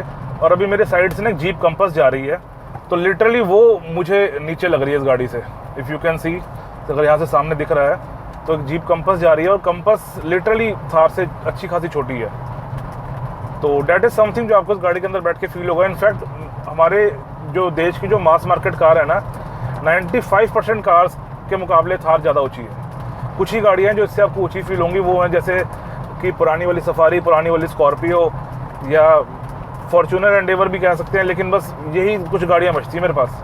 अदरवाइज़ बहुत ज़्यादा गाड़ियाँ नहीं हैं जो आपको थार से ज़्यादा ऊँची महसूस होंगी। तो that is something about the Thar, जो इसका यूएसपी बना हुआ है। अब इससे आगे कोई भी बात करने से पहले मैं एक चीज़ बताना चाहता हूँ कि इस गाड़ी में ना आफ्टर मार्केट अलॉय व्हील्स लगे हुए हैं, जो कि बेसिकली एक्स्ट्रा लार्ज साइज़ है। तो उस वजह से गाड़ी के जो डायनामिक्स है ना, उन पर थोड़ा सा फ़र्क पड़ता है। तो वो कितना फ़र्क है, क्या फ़र्क है, उसकी हम बात करेंगे। लेकिन मैं एक चीज़ क्लियर कर दूँ आपको पहले कि जो भी मैं बात करूँगा इस गाड़ी को लेकर, वो एक्सपीरियंस स्टॉक गाड़ी से थोड़ा सा डिफरेंट ही रहेगा। तो डैट इज़ समथिंग। एंड अगर मैं फीलिंग की बात करूँ सबसे पहले, तो steering wheel of the car okay लगता है पकड़ने में। तो इसमें ऐसे कोई इशू मुझे नहीं लगता कि किसी को लगेगा कि यार ये ऑकवर्ड सा स्टीयरिंग व्हील है। ठीक है, इट इज़ फंक्शनल एंड आपके लेन चेंजेस में आपको डिसेंट सा फीडबैक मिलता है। तो that is a nice thing. इसके अलावा गियर में कोई बात करने वाली चीज़ है नहीं, बिकॉज ऑटोमेटिक गियर है, डाला छोड़ दिया, कोई चक्कर ही नहीं है। अगर मैं पेडल्स की बात करूं तो pedals of the car are decent. जो ब्रेक पेडल है उसकी भी ब्रेकिंग अच्छी है एंड जो एक्सेलरेटर पेडल है दैट इज़ ऑल्सो डिसेंट। तो ओवरऑल जो फीलिंग है गाड़ी की मुझे डिसेंट लगी। ब्रेकिंग की अगर मैं बात करूं, पहले ही आज मुझे थोड़ा ध्यान आ गया कि ब्रेकिंग ना गाड़ी की बड़ी स्पॉन्जी है। तो जब मैं इसको पहली बार चला रहा था, जो पिन पॉइंट शार्पनेस होती है ना ब्रेक की, मैं ट्रैक्टर के बराबर जा रहा हूँ यार। एक oh my God, Thar is so tall. एक भी ट्रैक्टर निकला और मैं उसके बराबर फील कर रहा हूँ अपने आप को। ब्रेकिंग की मैं बात कर रहा था कि ब्रेकिंग ना गाड़ी की थोड़ी सी स्पॉन्जी फील होती है, थोड़ी सी ना वुडन ब्रेक्स हैं। यानी एंड पे जाके जहाँ आप एक्सपेक्ट करते हो ना कि पिन पॉइंट आपको मिलेगा एहसास ब्रेकिंग का, वो एहसास इस गाड़ी के अंदर मुझे पर्सनली फील नहीं हुआ। मैं गाड़ी कल से चला रहा हूँ एंड मेरे फ्रेंड ने गाड़ी मुझे कल से ही दे दी थी, तो मुझे एग्जैक्टली जो शार्पनेस है ब्रेक के अंदर वो महसूस नहीं हुई। एंड आई रियली डाउट कि इसका कारण अलॉयज़ होंगे, क्योंकि ब्रेक्स का अलॉयज़ पे फ़र्क पड़ता है वेट की वजह से, मोमेंटम से, लेकिन इतना डिफरेंस नहीं आना चाहिए जितना इस गाड़ी में अंदर आ रखा है। तो मेरे को लग रहा है ये स्टॉक ब्रेक्स हैं जो कि थोड़ी सी आपको हॉलो फील होती है। मतलब जब आप एंड पे जाके गाड़ी को रोकना चाहते हो ना, तो आपको स्पॉन्जी सा एहसास होता है, गाड़ी एकदम से रुकती नहीं है शार्प तरीके से। तो that is something about the brakes. Otherwise brakes of the car are very nice. And अगर मैं थोड़ी सी जनरल ब्रेकिंग की बात करूँ तो गाड़ी का रिस्पॉन्स ब्रेक को लेकर ठीक ठाक है। अब बात करते हैं handling, ride quality and suspension की। तो यहाँ पर मेरे को लगता है कि स्टॉक कार के मुकाबले थोड़ा सा डिफरेंस आने वाला है। थोड़ा भी क्या, बहुत ज़्यादा डिफरेंस आएगा, बिकॉज हमारी गाड़ी में एक्स्ट्रा लार्ज अलॉयज़ है। तो समझते हैं उन चीज़ों को कि क्या अच्छा बुरा होता है अलॉयज़ के साथ में। तो अगर मैं सबसे पहले हैंडलिंग की बात करूँ तो क्योंकि अलॉयज़ अब बहुत बड़े हैं, अब अगर अलॉयज़ बड़े होंगे और आपके पास जगह उतनी ही है तो आप उसको टायर वॉल से कंपनसेट करोगे, राइट। यानी जब आपके पास बड़े अलॉयज़ होते हैं, मैसिव अलॉयज़, तो आपके पास टायर वॉल यूजुअली छोटी होती है। और जब टायर वॉल छोटी रहती है ना, तो गाड़ी की जो हैंडलिंग है थोड़ी सी शार्प हो जाती है। तो इस कार की हैंडलिंग भी अच्छी खासी शार्प है and compare to regular Thar ये थोड़ी सी मुझे शार्प महसूस होती है। हालांकि इसके अंदर बॉडी रोल अच्छा खासा है, तो मैं इसको ज़्यादा घुमाऊंगा नहीं। That is one thing, right.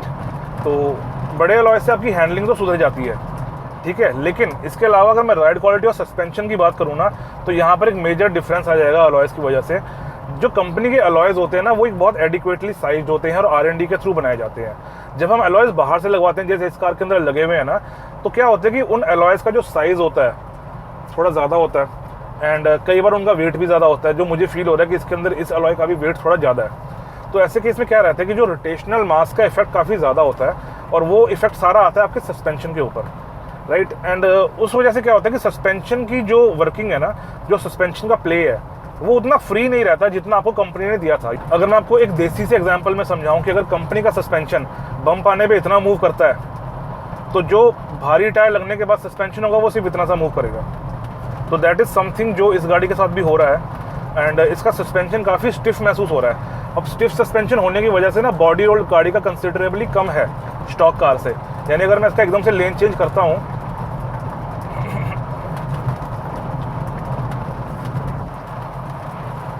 तो क्योंकि इसके अलॉय बड़े हैं तो वो गाड़ी को पकड़ के रखते हैं नीचे से, राइट। गाड़ी का बॉडी रोल इतना ज़्यादा नहीं जितना स्टॉक कार का होता है। लेकिन उस वजह से दूसरा नुकसान क्या है कि छोटे छोटे बम्प्स ना मुझे इतने ज़्यादा महसूस होते हैं ना गाड़ी के अंदर। कोई भी छोटी सी चीज़ आती है, हल्की सी अगर रोड में एंडुलेंस आती है ना, यहाँ पे आएगी अब, तो ये छोटी छोटी चीज़ें मुझे फील हो रही हैं। ये कैमरा में विजिबल नहीं होंगी बिकॉज कैमरा स्टेबलाइज कर देता है वीडियो को, बट ये छोटी छोटी चीज़ें ना बहुत ज़्यादा फील होती हैं इस गाड़ी के अंदर, just because of that suspension. तो ये एक तरह से कह लो आपके हाथ में भी ये ट्यूनिंग की, आप अगर भारी टायर लगाते हो तो आप सस्पेंशन को स्टिफ कर रहे हो, आपकी हैंडलिंग सुधर जाएगी लेकिन राइड क्वालिटी खत्म हो जाएगी। एंड मैं लिटरली बता रहा हूँ, मैंने बाकी कार्स में कहा भी है बहुत बार कि स्टिफ सस्पेंशन से हाईवे पर राइड क्वालिटी अच्छी होती है। इस गाड़ी की हाईवे पर भी राइड क्वालिटी बहुत खास नहीं है, बिकॉज गाड़ी का डिज़ाइन भी ऐसा है, एरोडायनामिक भी ऐसे हैं और अलॉयज तो इतने ज़्यादा बड़े लगे हुए हैं इसके ऊपर की छोटी छोटी चीज़ें बता रहे हैं मुझे। सो इसीलिए अगर आप किसी भी गाड़ी के अंदर अलॉय चेंज कराते हैं ना, तो आपको थोड़ी सी उस चीज़ की नॉलेज होनी चाहिए कि आपके अलॉय चेंज से गाड़ी के बिहेवियर में क्या फ़र्क आएगा। सिर्फ लुक्स ही सब कुछ नहीं होता, मैं ये कहूँगा। जो इस गाड़ी पे अलॉय लगे हैं वो भी बहुत अच्छे हैं, जो कंपनी के आते हैं वो भी बहुत अच्छे आते हैं, एंड मैंने बहुत सी गाड़ियों में बहुत अच्छे अच्छे अलॉयज़ देखे हैं। बट पॉइंट इज़ कि एक अलॉय की मेरे को लगता है लिमिट होती है कि जैसे इसमें 18 इंच है, तो आप अगर 19 या 20 लगवा लो तो मेरे को लगता है तब तक गाड़ी का बिहेवियर थोड़ा सा ठीक रहेगा। उसके बाद गाड़ी के कैरेक्टरिस्टिक में डिफरेंस आना शुरू हो जाता है। अब ये थार रेगुलर थार की तरह नहीं चलती। अगर मैं इसको किसी पत्थर पे ले जाऊँ तो देर आर चांसेस कि शायद अलॉय मेरा डैमेज हो जाए, और ऐसे केस के अंदर गाड़ी को भी मेजर डैमेज आ सकता है। तो ये भी अपने आप में एक कंसर्न है जो आपको थोड़ा आइडिया रहना चाहिए अगर आप अलॉय चेंज करवाना चाहते हो।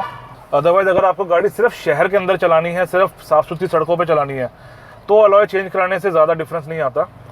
बस अगर आप एक ऑफ रोड गाड़ी के अंदर रोड वाले अलॉयज़ लगा रहे हो ना, तो थोड़ा सा आपको उसकी कैपेबिलिटी से कॉम्प्रोमाइज़ करना पड़ सकता है। ये तो थे हमारी राइड क्वालिटी एंड हैंडलिंग की बात। नाइस। गाड़ी की डेफिनेटली हैंडलिंग इंप्रूव हुई है जो रेगुलर थार है ना, उसके मुकाबले गाड़ी एकदम से लेन चेंज कर लेती है और बहुत कूल लगती है ये चीज़ मुझे। मतलब अब बाय द वे मैं पीछे देख कर मोड़ रहा हूँ, मैं ऐसे हवा में नहीं मोड़ रहा, तो यार कहीं करोगे अगर ये चीज़ तो खाली रोड पे करना। एक और चीज़ है जो ना मैं राइड क्वालिटी के साथ जोड़ना चाहता हूँ। एग्जैक्टली वो राइड क्वालिटी का पार्ट मेरे ख्याल से नहीं है, हो भी सकता है, लेकिन पॉइंट इसकी इस गाड़ी की जो छत है ना, कन्वर्ट टॉप, यानी ये जो मटेरियल है which is basically not hard material, इसका बड़ा ही नेगेटिव इम्पैक्ट है परफॉर्मेंस के ऊपर या राइड क्वालिटी के ऊपर। जब मैं हाई स्पीड पे होता हूँ ना, तो इसमें से अजीब सी आवाज़ें आनी शुरू हो जाती हैं, क्योंकि ये ऊपर नीचे करता है। अभी मुझे नहीं पता आपको कितना महसूस हो रहा है, जैसे मुझे ऐसी आवाज़ आ रही है जैसे बरसात हो रही हो बाहर, बिकॉज ये जो पीछे का जो पार्ट है ना वो हल्का सा हवा से हिल रहा है। तो ये चीज़ भी आपको काफ़ी अनोइंग फील होने वाली है। जैसे अभी मैं अप्रॉक्सीमेटली 70 पे जा रहा हूँ, एंड 70 पे ये इतना ज़्यादा वाइब्रेट कर रहा है ना, इसकी नॉइज़ इतनी ज़्यादा बन जाती है गाड़ी में कि इस गाड़ी में शांति का कोई कंसेप्ट नहीं है। दूसरी चीज़ ये है, क्योंकि ये सारा का सारा बेसिकली एक तरह का कपड़ा है या एक तरह का क्लॉथ मटेरियल है, मतलब मेटल नहीं है ये, तो उस वजह से ना बाहर की आवाज़ें भी अंदर बहुत ज़्यादा आती है। तो cabin insulation is of this car is almost zero. हाँ, अगर मैं इसको खोल लूँगा फिर तो ख़त्म ही हो जाएगी, तो थोड़ा सा डिफरेंस ज़रूर है। डेफिनेटली कन्वर्ट टॉप जो है वो गाड़ी को मिट्टी से बचाता है, बट आवाज़ इतनी ज़्यादा नहीं रोक पाता बाहर। यानी जब भी कोई गाड़ी मेरे आसपास से निकलती है ना, तो मुझे उसकी आवाज़ अंदर मेरी कैबिन के अंदर आ रही होती है। तो डैट इज़ समथिंग जो जिसके साथ आपको रहना पड़ेगा अगर आप थार परचेज़ करते हो तो यहाँ तक तो हो गई बात हमारी क्वालिटी एंड एवरीथिंग। अब बात करते हैं इंजन की। तो थार के अंदर आपको 2 इंजन मिलते हैं। एक पेट्रोल इंजन आता है आपका 2 लीटर, एक आपका आता है 2 लीटर डीजल इंजन। ठीक है, पेट्रोल को कंपनी कहती है मेरे ख्याल से एम स्टैलियन, एंड डीजल को कंपनी बोलती है एम हॉक 130। एंड दोनों इंजन के आप पावर फिगर्स अभी देख रहे हो स्क्रीन पे। तो जिस डीजल इंजन को मैं अभी चला रहा हूँ ये बनाता है तकरीबन 130 हॉर्स पावर और 300 न्यूटन मीटर का टॉर्क। तो जैसी गाड़ी की जो कैपेबिलिटीज़ है उस हिसाब से मेरे को लगता है power figures are enough. And जैसे ही मैं इसको पुश करता हूँ तो गाड़ी मेरी पुश होना शुरू हो जाती है। ना ये ऑटोमेटिक कार है, तो आपको पता है कि ऑटोमेटिक गाड़ी हल्का सा टाइम लगाती है शिफ्ट करने में, तो वो एक चीज़ है जिसके साथ आपको रहना पड़ेगा। अदरवाइज़ मेरे को लगता है कि जो टॉर्क रश है गाड़ी का इट इज़ डिसेंट। बहुत ज़्यादा kick in the pants feel आपको नहीं आएगा कि एकदम से ओ भाई साहब क्या झटका पड़ा है, वैसे वाली बात नहीं है, बट इट इज़ इनफ। आपको पता चल जाता है कि गाड़ी पे पावर है और गाड़ी आपको धकेल रही है आगे की तरफ। इंजन परफॉर्मेंस के अलावा ना ऑटोमेटिक गाड़ी के अंदर गियर बॉक्स भी काफ़ी ज़्यादा इंपॉर्टेंट होता है परफॉर्मेंस के लिए। तो अगर मैं गियर बॉक्स की बात करूँ, वैसे तो गियर बॉक्स गाड़ी का अच्छा है। सुबह से मैं चला रहा हूँ तो आपको कोई एडिशनल आवाज़ें नहीं आती, आपको गियर शिफ्ट पता नहीं चलती, एंड गियर शिफ्ट काफ़ी ज़्यादा स्मूथ है गाड़ी की। अगर आप बहुत ध्यान से सुनो तो आपको पता चलेगा कब गियर चेंज हुआ है, लेकिन वो अनोइंग नहीं है, तो आपको उससे कोई मतलब मेरे को लगता नहीं कभी भी कंप्लेन किसी तरह की आएगी। लेकिन जो एक चीज़ मैंने फील करी ना कि थोड़ा सा टाइम लगा था रिस्पॉन्ड करने में। जैसे अगर मैं इसको एकदम से रेस दूँ 3, 2, 1, अब चेंज हुआ गियर, तो एक हल्का सा इसमें वो आ जाता है, एक स्लाइड गैप है इसके अंदर, जहाँ पर गाड़ी ना आपको पता चल जाएगा कि गाड़ी थोड़ा सा सोच के मतलब टाइम लगाती है। पॉइंट ये नहीं है कि ये गाड़ी लग्जरी कार है, पॉइंट ये है कि अगर आप एक 19-20 लाख की गाड़ी में ऑटोमेटिक दे रहे हो, जो कि अच्छी बात है, आपको देना भी चाहिए, तो उसको थोड़ा सा रिफाइन करो आप। स्पेशली जब आप सिर्फ 2 ट्रांसमिशन में काम कर रहे हो, आपका यही ट्रांसमिशन मेरे ख्याल से एज इट इज़ पेट्रोल के अंदर भी आता है, राइट। महिंद्रा बहुत दिमाग लगाया, महिंद्रा ने स्कॉर्पियो में, थार में और XUV 700 में इन्होंने बहुत ही लिमिटेड से वेरिएंट्स निकाले और उनके अंदर ही वैरायटी बना दी। जैसे इनके पास एक ही ऑटोमेटिक गियर बॉक्स है जो पेट्रोल में भी आता है और डीजल में भी आता है। तो अगर आप ऑटोमेटिक एक ही गियर बॉक्स हर कार के अंदर दे रहे हो, जैसे आपने 4x4 चैसी बना दी सारी, 4x2 बनाई ही नहीं, आपने उस चीज़ के पैसे बचाए R&D के, तो अगर आप सिर्फ ऑटोमेटिक गियर बॉक्स ही दे रहे हो दोनों में सेम टू सेम, उसको थोड़ा डिफाइन तो करो ना उस चीज़ को। फिर ये अच्छा गियर बॉक्स है, ख़राब नहीं है, बट हल्का सा सोचता ही है। इस सबके बाद ना गियर को एक बार मैनुअल करके देखते हैं। तो ये मैं इसको कर देता हूँ अभी मैनुअल पे। एंड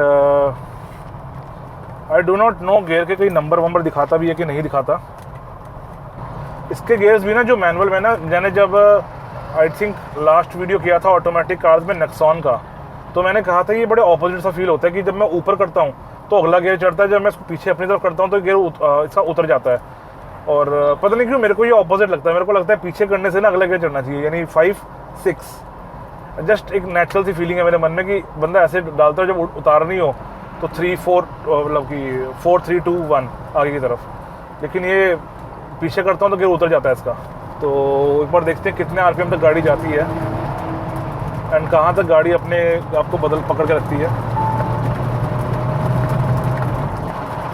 ओके, तो तकरीबन 4000 आरपीएम पे पहुँच के ना गाड़ी ने अपने आप गियर बदल दिया। गाड़ी गियर रोक के नहीं रखती आपका। ठीक है, ये अच्छी चीज़ भी है। अगर आपको अगर आप देखो कि गियर बॉक्स की लाइफ कहाँ ज़्यादा सही रहती है, इंजन की लाइफ कहाँ सही रहती है, उस हिसाब से ये चीज़ ठीक है। लेकिन फिर मैनुअल कंट्रोल का मतलब क्या हुआ अगर आपने खुद ही गियर बदल दिया ना इवेंचुअली? क्योंकि कुछ गाड़ियाँ मैंने देखी हैं जो गियर नहीं बदलती बहुत देर तक। तो ये जैसी 4000 पे गाड़ी पहुँची है आरपीएम पे, इसने गियर चेंज कर दिया है। तो मैनुअल वाली को ज़्यादा बात है नहीं। एंड एक हल्का सा मैनुअल गियर्स के ऊपर ना गाड़ी का 0 to 100 करके देखते हैं। सो इन 3, 2, 1 and go.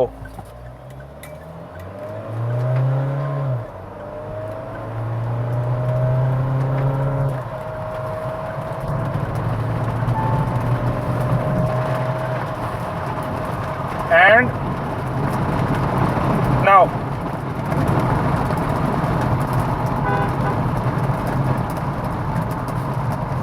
गाड़ी वैसे भगाने में ठीक है, लेकिन क्योंकि आजू बाजू ना प्रॉपर बॉडी तो है नहीं गाड़ी की, विंड नॉइज़ इतना भयंकर बढ़ जाता है ना कि आपको डर लगना शुरू हो जाता है। देखो ये तो था मैनुअल में, बट क्योंकि मेरे को ना इसके आरपीएम का आइडिया ज़्यादा फील नहीं हो रहा है इंजन के अंदर कि कब गाड़ी स्ट्रेन हो रही है, तो एक बार इसका 0 to 100 करते हैं नॉर्मल ड्राइव मोड के अंदर।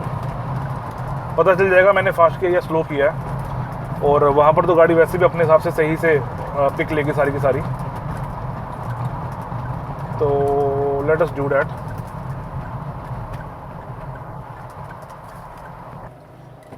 So now let us do a 0 to 100 on drive mode। अच्छा गाड़ी ना उठने को फिरती है, मैं ब्रेक मार देता हूँ ना।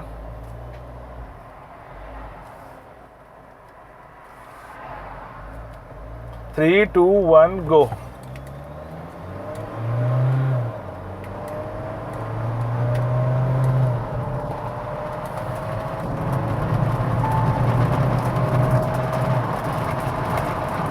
And now braking is adequate for the car, but ये गाड़ी भगाने के लिए नहीं बनी हुई, क्लियर सी बात। देखो मैनुअल का मैं मान सकता हूँ कि इसमें शायद मैंने बहुत बेहतरीन ना किया हो, बिकॉज एक तो स्टीयरिंग नीचे की है आपको व्यू दिखाने के लिए, तो मुझे आरपीएम भी ठीक से नहीं दिख रहे। दूसरी बात ना पता नहीं गियर्स का जो फीडबैक है यार वो होता ही नहीं है। आप ऑटोमेटिक गियर बॉक्स में ना मैनुअल वाली फीलिंग आप जितना मर्जी मैनुअल मोड डाल दो, उसमें मैनुअल वाली फीलिंग नहीं आती जो क्लच की आती है ना आपको। तो डेट इज़ समथिंग। मेरे को लग रहा है जो गाड़ी ने अपने आप ड्राइव मोड में किया है, हो सकता है वो फास्ट हो, बट अगेन कोई आइडिया नहीं है मुझे। And that's the performance part. So that was most of the on road part. End of road part के लिए मेरी ऑनर से बात हुई है, तो हम थोड़ा सा अलॉयज में चेंजेस करेंगे। एंड उन चेंजेस के बाद में हम एक ऑफ रोड पैच पे गाड़ी को चलाएंगे, प्लस साथ ही करेंगे इस गाड़ी का एक ओनरशिप रिव्यू। तो फिलहाल यहाँ पर those were most of the things which I wanted to talk about. अब बात करते हैं किसको ये गाड़ी लेनी चाहिए। तो देखिए मैंने आपको इंटीरियर के टाइम भी बताया कि गाड़ी की प्रैक्टिकलिटी बहुत ज़्यादा अमेजिंग नहीं है। एंड गाड़ी बेसिकली एक 2 सीटर ही है। अगर आप इसमें 4 बंदे बिठा रहे हो और किसी भी बंदे को गाड़ियों की नॉलेज है या उसने मेरे जैसा रिव्यू देखा है, तो उसको पता है कि जो पिछले बंदे बैठे हैं ना वो फंस के बैठे हैं, वो बहुत ज़्यादा कंफर्ट में नहीं बैठे हुए। तो practically it is a 2 seater car. And ऐसे केस के अंदर ना गाड़ी की रिकमेंडेशन करना थोड़ा सा मुश्किल हो जाता है। तो कौन लोग थार लेंगे? देखो पहली चीज़ तुमको पता है, जिन लोगों को टशन मारना है ना स्टाइल से रहने का, वो लोग हैं वो लेंगे थार। उनको पता है कि भाई स्टाइल के मामले में Thar is one of the best cars in India right now. ठीक है, स्टाइल में आपको 20 लाख के अंदर सबसे स्टाइलिश कार मैं कहूँगा। मैं स्टाइलिश इसमें नहीं कह रहा कि ये बहुत फ्यूचरिस्टिक डिज़ाइन है, इसका बस एक डिफरेंट डिज़ाइन है जो आपको और किसी गाड़ी में नहीं मिलता। तो डैट इज़ वन थिंग। तो स्टाइल मारने के लिए लोग थार लेंगे डेफिनेटली, ठीक है, टशन मारने के लिए। दूसरे वो लोग थार लेंगे जिनको इस गाड़ी का प्रॉपर मतलब पता है, यानी जिनको करनी है ऑफ रोडिंग। तो डैट इज़ अनदर थिंग, क्योंकि इस गाड़ी में आपको पार्ट टाइम 4x4 मिलता है, यानी वो फुल टाइम नहीं चल सकता, लेकिन इट इज़ प्रैक्टिकल इनफ, ठीक है, कि ये गाड़ी आपको अच्छे खासे टेरेन से निकाल देगी। तो डैट इज़ अनदर थिंग जो जहाँ पे आप थार ले सकते हो। अगर आपको ऑफ रोडिंग करनी है, तो अगर आपको एक प्रॉपर 4x4 गाड़ी चाहिए तो आप थार ले सकते हो। एंड मेरे को नहीं लगता कि इसके अलावा कोई तीसरा कंसर्न है जहाँ मैं आपको बोलूँगा थार लेने के लिए। फॉर एग्जाम्पल, अगर आपकी यूसेज है, आपको कोई रगड़ गाड़ी चाहिए अपना सामान वगैरह, जैसे जस्ट एक हवा में एग्जांपल मान लेता हूँ मैं कि कोई आदमी ठेकेदार है ना, उसको सीमेंट की बोरियाँ उठाने के लिए गाड़ी चाहिए, तो मेरे को लगता है उसके पास थार से बेटर ऑप्शन अवेलेबल है। चाहे वो ब्रेजा या XUV 300 जैसी कोई कार ले सकता है, चाहे वो बोलेरो जैसी कोई रगड़ गाड़ी ले सकता है। So that is one thing जहाँ पे थार की जो रिकमेंडेशन है ना वो कम हो जाती है। इसके अलावा अगर मैं कंपटीशन की बात करूँ कि आपके पास क्या चीज़ें अवेलेबल है, क्या आप इससे बेटर ले सकते हो या क्या आप इसकी जगह पे ले सकते हो, तो देखिए, अगर तो आपने टशन ही मारना है और आपके पास बहुत सारे पैसे हैं, तो मेरे को लगता है कि Scorpio is also a good option. खासकर जो न्यू स्कॉर्पियो है वो भी एक अच्छी गाड़ी है टशन मारने के लिए। हालांकि उसका रेयर मुझे बहुत ज़्यादा नहीं पसंद, बट अदरवाइज बाकी हर तरफ से Scorpio is a good car. इसके अलावा टशन मारने के लिए आप डेफिनेटली XUV 700 ले सकते हो, या आप एक यूज्ड फॉर्च्यूनर ले सकते हो, या एंडेवर ले सकते हो। इसी रेट के अंदर आपको 20 लाख के अंदर अच्छी कंडीशन में फॉर्च्यूनर और एंडेवर मिल जाएंगी। तो वो तो होगी टशन मारने वाली बात। अगर आपको ऑफ रोडिंग करनी है, तो ऑफ रोडिंग करने के लिए आपके पास जो बहुत ही बेहतरीन ऑप्शन अवेलेबल है थार के अलावा, वो है फोर्स का गुरखा गाड़ी बहुत ही ज़्यादा शानदार है। एंड चाहे देखने में लोगों को थार अच्छी लगती हो, चाहे डैशबोर्ड थार का ज़्यादा अच्छा हो, ओवरऑल जो प्रैक्टिकलिटी है वो गुरखा की थार से अच्छी खासी ज़्यादा है हर तरफ से। उसमें आगे बैठने के लिए जो कंफर्ट है वो भी डिसेंट है। पिछली सीट्स तो गुरखा की थार से बहुत ज़्यादा बेटर है। पिछली सीट्स के अंदर बैठना भी गुरखा में ज़्यादा आसान है। गुरखा में सामान रखने की भी ज़्यादा जगह है। उसके अलावा गुरखा के अंदर अगर मैं 4x4 की बात करूँ तो आपको ना मैनुअल मैकेनिकल लॉक्स मिलते हैं, फ्रंट डिफरेंशियल का और रेयर डिफरेंशियल का। तो वो एक अलग प्लस पॉइंट बन जाता है उन लोगों के लिए जिन्होंने ऑफ रोडिंग करनी है। तो ओवरऑल प्रैक्टिकलिटी हर तरफ से गुरखा की ज़्यादा है। गुरखा की सिर्फ ग्राउंड क्लियरेंस मेरे ख्याल से कम है, बाकी सब कुछ उसके अंदर ठीक है, सब कुछ थार से बेटर है उसके अंदर। तो ऑफ रोडिंग करने के लिए आप गुरखा भी ले सकते हो, राइट। वैसे तो जिन्होंने ऑफ रोडिंग करनी होती है ना वो रिव्यू नहीं देखते, उनको पता होता है उन्होंने कौन सी गाड़ी लेनी है, बिकॉज वो काफ़ी ने सिलेक्टिव सा नीश है। हर बंदा ऑफ रोडिंग नहीं करता, तो जितने भी ऑफ रोडिंग के फैंस हैं ना उनको पता होता है कि हमने क्या लेना है। एक तो मैं ट्रैक्टर के बराबर जा रहा हूँ, ठीक है, और उसके बाद उसने वहाँ म्यूज़िक लगा रखा है और हमारी इंसुलेशन है नहीं, तो सारे गाने की आवाज़ अंदर आ रही है। तो डैट वर द टू मतलब कॉम्पिटिशन्स की कॉम्पिटिशन, क्योंकि थार की जो दो USP हैं, हाइट, स्टांस या स्टाइल, और इसकी ऑफ रोडिंग। तो उसके हिसाब से आपको मैं बता दिया कि स्टाइल मारने के लिए आप स्कॉर्पियो ले सकते हो, या आप सेकेंड हैंड फॉर्च्यूनर और एंडेवर ले सकते हो, और 4x4 के लिए आप गुरखा ले सकते हो। अगर आप चाहते हो आपको इतने ही पैसे के अंदर बहुत ही ज़्यादा कंफर्ट मिले, आप एक लग्जरी कार वाली फीलिंग लेना चाहते हो, यानी कि बहुत ही बेहतरीन राइड क्वालिटी हो, गाड़ी का बैलेंस ज़बरदस्त हो, मुझे हार्डकोर ऑफ रोडिंग नहीं करनी, मुझे कभी कभी जाना होता है जंगल वंगल रास्ते में, तो आप सफारी की तरफ जा सकते हो। Safari is also very good car. And in fact सारा जो मार्केट है उसको पता है, एंथुसियास्ट मार्केट को, कि handling wise Safari is a much better car than any of the competition, any of the other 7 seater cars. उसके अलावा अगर आपको वाकई में ज़्यादा लोग बिठाने हैं तो 7 सीटर कार में सीटिंग कंफर्ट वाइज भी सफारी बहुत बेटर ऑप्शन है। इसके अलावा अगर आपको गाड़ी महिंद्रा की ही चाहिए तो आपके पास ऑप्शन आ जाता है XUV 700, जो कि बहुत ही ज़्यादा लग्जरियस कार डेफिनेटली मुझे फील होती है, लेकिन अवेलेबिलिटी इज़ अ कंसर्न ना, उनके पास गाड़ी देने के लिए नहीं है, बस बुकिंग ले रहे हैं। तो स्कैम कर रही है महिंद्रा, मैं बता रहा हूँ आपको। इन लोगों ने बड़ी मस्त स्कीम बना रखी है पैसे कमाने की महिंद्रा ने इस समय। एंड अगर आपको थार जैसा छोटा फुटप्रिंट चाहिए, ऊंची गाड़ी चाहिए, तो आप फिर छोटे सेगमेंट के अंदर आप क्रेटा देख सकते हो, या आप XUV 300 देख सकते हो, वो भी अच्छी गाड़ी है। तो those were the bits about the Thar. And आज की वीडियो में इतना ही। एंड मैं ट्राई करूँगा बहुत जल्दी, जब हम इस गाड़ी के टायर चेंज करेंगे ना, फिर हम इस गाड़ी का एक ऑफ रोडिंग वीडियो देखेंगे प्रॉपर, जहाँ पे मैं आपको बताऊँगा 2H, 4H और L के अंदर का क्या लॉजिक है। जिन लोगों को पता अच्छी बात है, जिन लोगों को नहीं पता थॉरोली बताऊँगा मैं आपको उस वीडियो के अंदर, ठीक है। अभी मैंने किया था 2H एंड 4H, बट वही है ना कि हाईवे पर आपको अगर आइडिया हो थोड़ा सा भी, तो 4 व्हील ड्राइव कार को ज़्यादा देर तक हाईवे पर नहीं चलाते, खासकर जो पार्ट टाइम 4 व्हील ड्राइव हो, ठीक है। ये 2 व्हील ड्राइव है, एक रियर व्हील ड्राइव है इसका जो मेन एक्सल है, तो उसी को हम चलाएंगे। हम इसको ज़्यादा देर तक रोड पे 4H करके नहीं चला सकते, उससे इस गाड़ी के अंदर लॉन्ग टर्म के अंदर डैमेजेस आने शुरू हो जाएंगे। लॉन्ग टर्म तो छोड़ दो, अगर मैं एक दिन प्रॉपर भी चला लूँगा ना, हो सकता है इस गाड़ी के अंदर कुछ ना कुछ छोटा मोटा इशू आ जाए। तो ख़त्म करते हैं चीज़ को यहीं पे। एंड आई होप आपको आज का वीडियो अच्छा लगा। ऑफ रोडिंग वीडियो देखने के लिए चैनल के ऊपर बने रहें, ऑनरशिप वीडियो देखने के लिए चैनल के ऊपर बने रहें, जो न्यू मॉडिफिकेशन इस गाड़ी के अंदर हम लेके आएंगे अलॉयस को लेके, वो भी देखने के लिए चैनल के ऊपर बने रहें। और चैनल पे बनना कैसे, सब्सक्राइब करके। So that was all about the Mahindra Thar. And इस गाड़ी का ऑनरशिप रिव्यू भी इस चैनल पे आएगा। इस गाड़ी के जो न्यू अलॉयस वाला वीडियो रहेगा वो भी आई थिंक हम ऑनरशिप में ही कवर करेंगे। इसके अलावा एक ऑफ रोडिंग टेस्ट करेंगे हम अलग से गाड़ी का। तो ये सब देखने के लिए चैनल के ऊपर बने रहें, सब्सक्राइब का बटन दबा के। आपको ऐसा ही और कंटेंट आने वाले दिनों के अंदर मिलता रहेगा। And again thank you very much for 50,000 subscribers. आप लोगों की मदद के बिना ये चीज़ कभी पूरी हो ही नहीं पाती। तो मुलाकात करेंगे किसी अगले वीडियो के अंदर। तब तक के लिए keep liking, sharing, subscribing and supporting. Bye bye.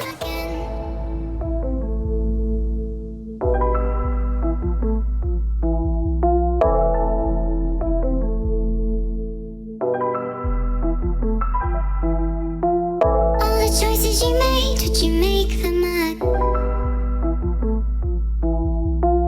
All the choices you made, did you make them up?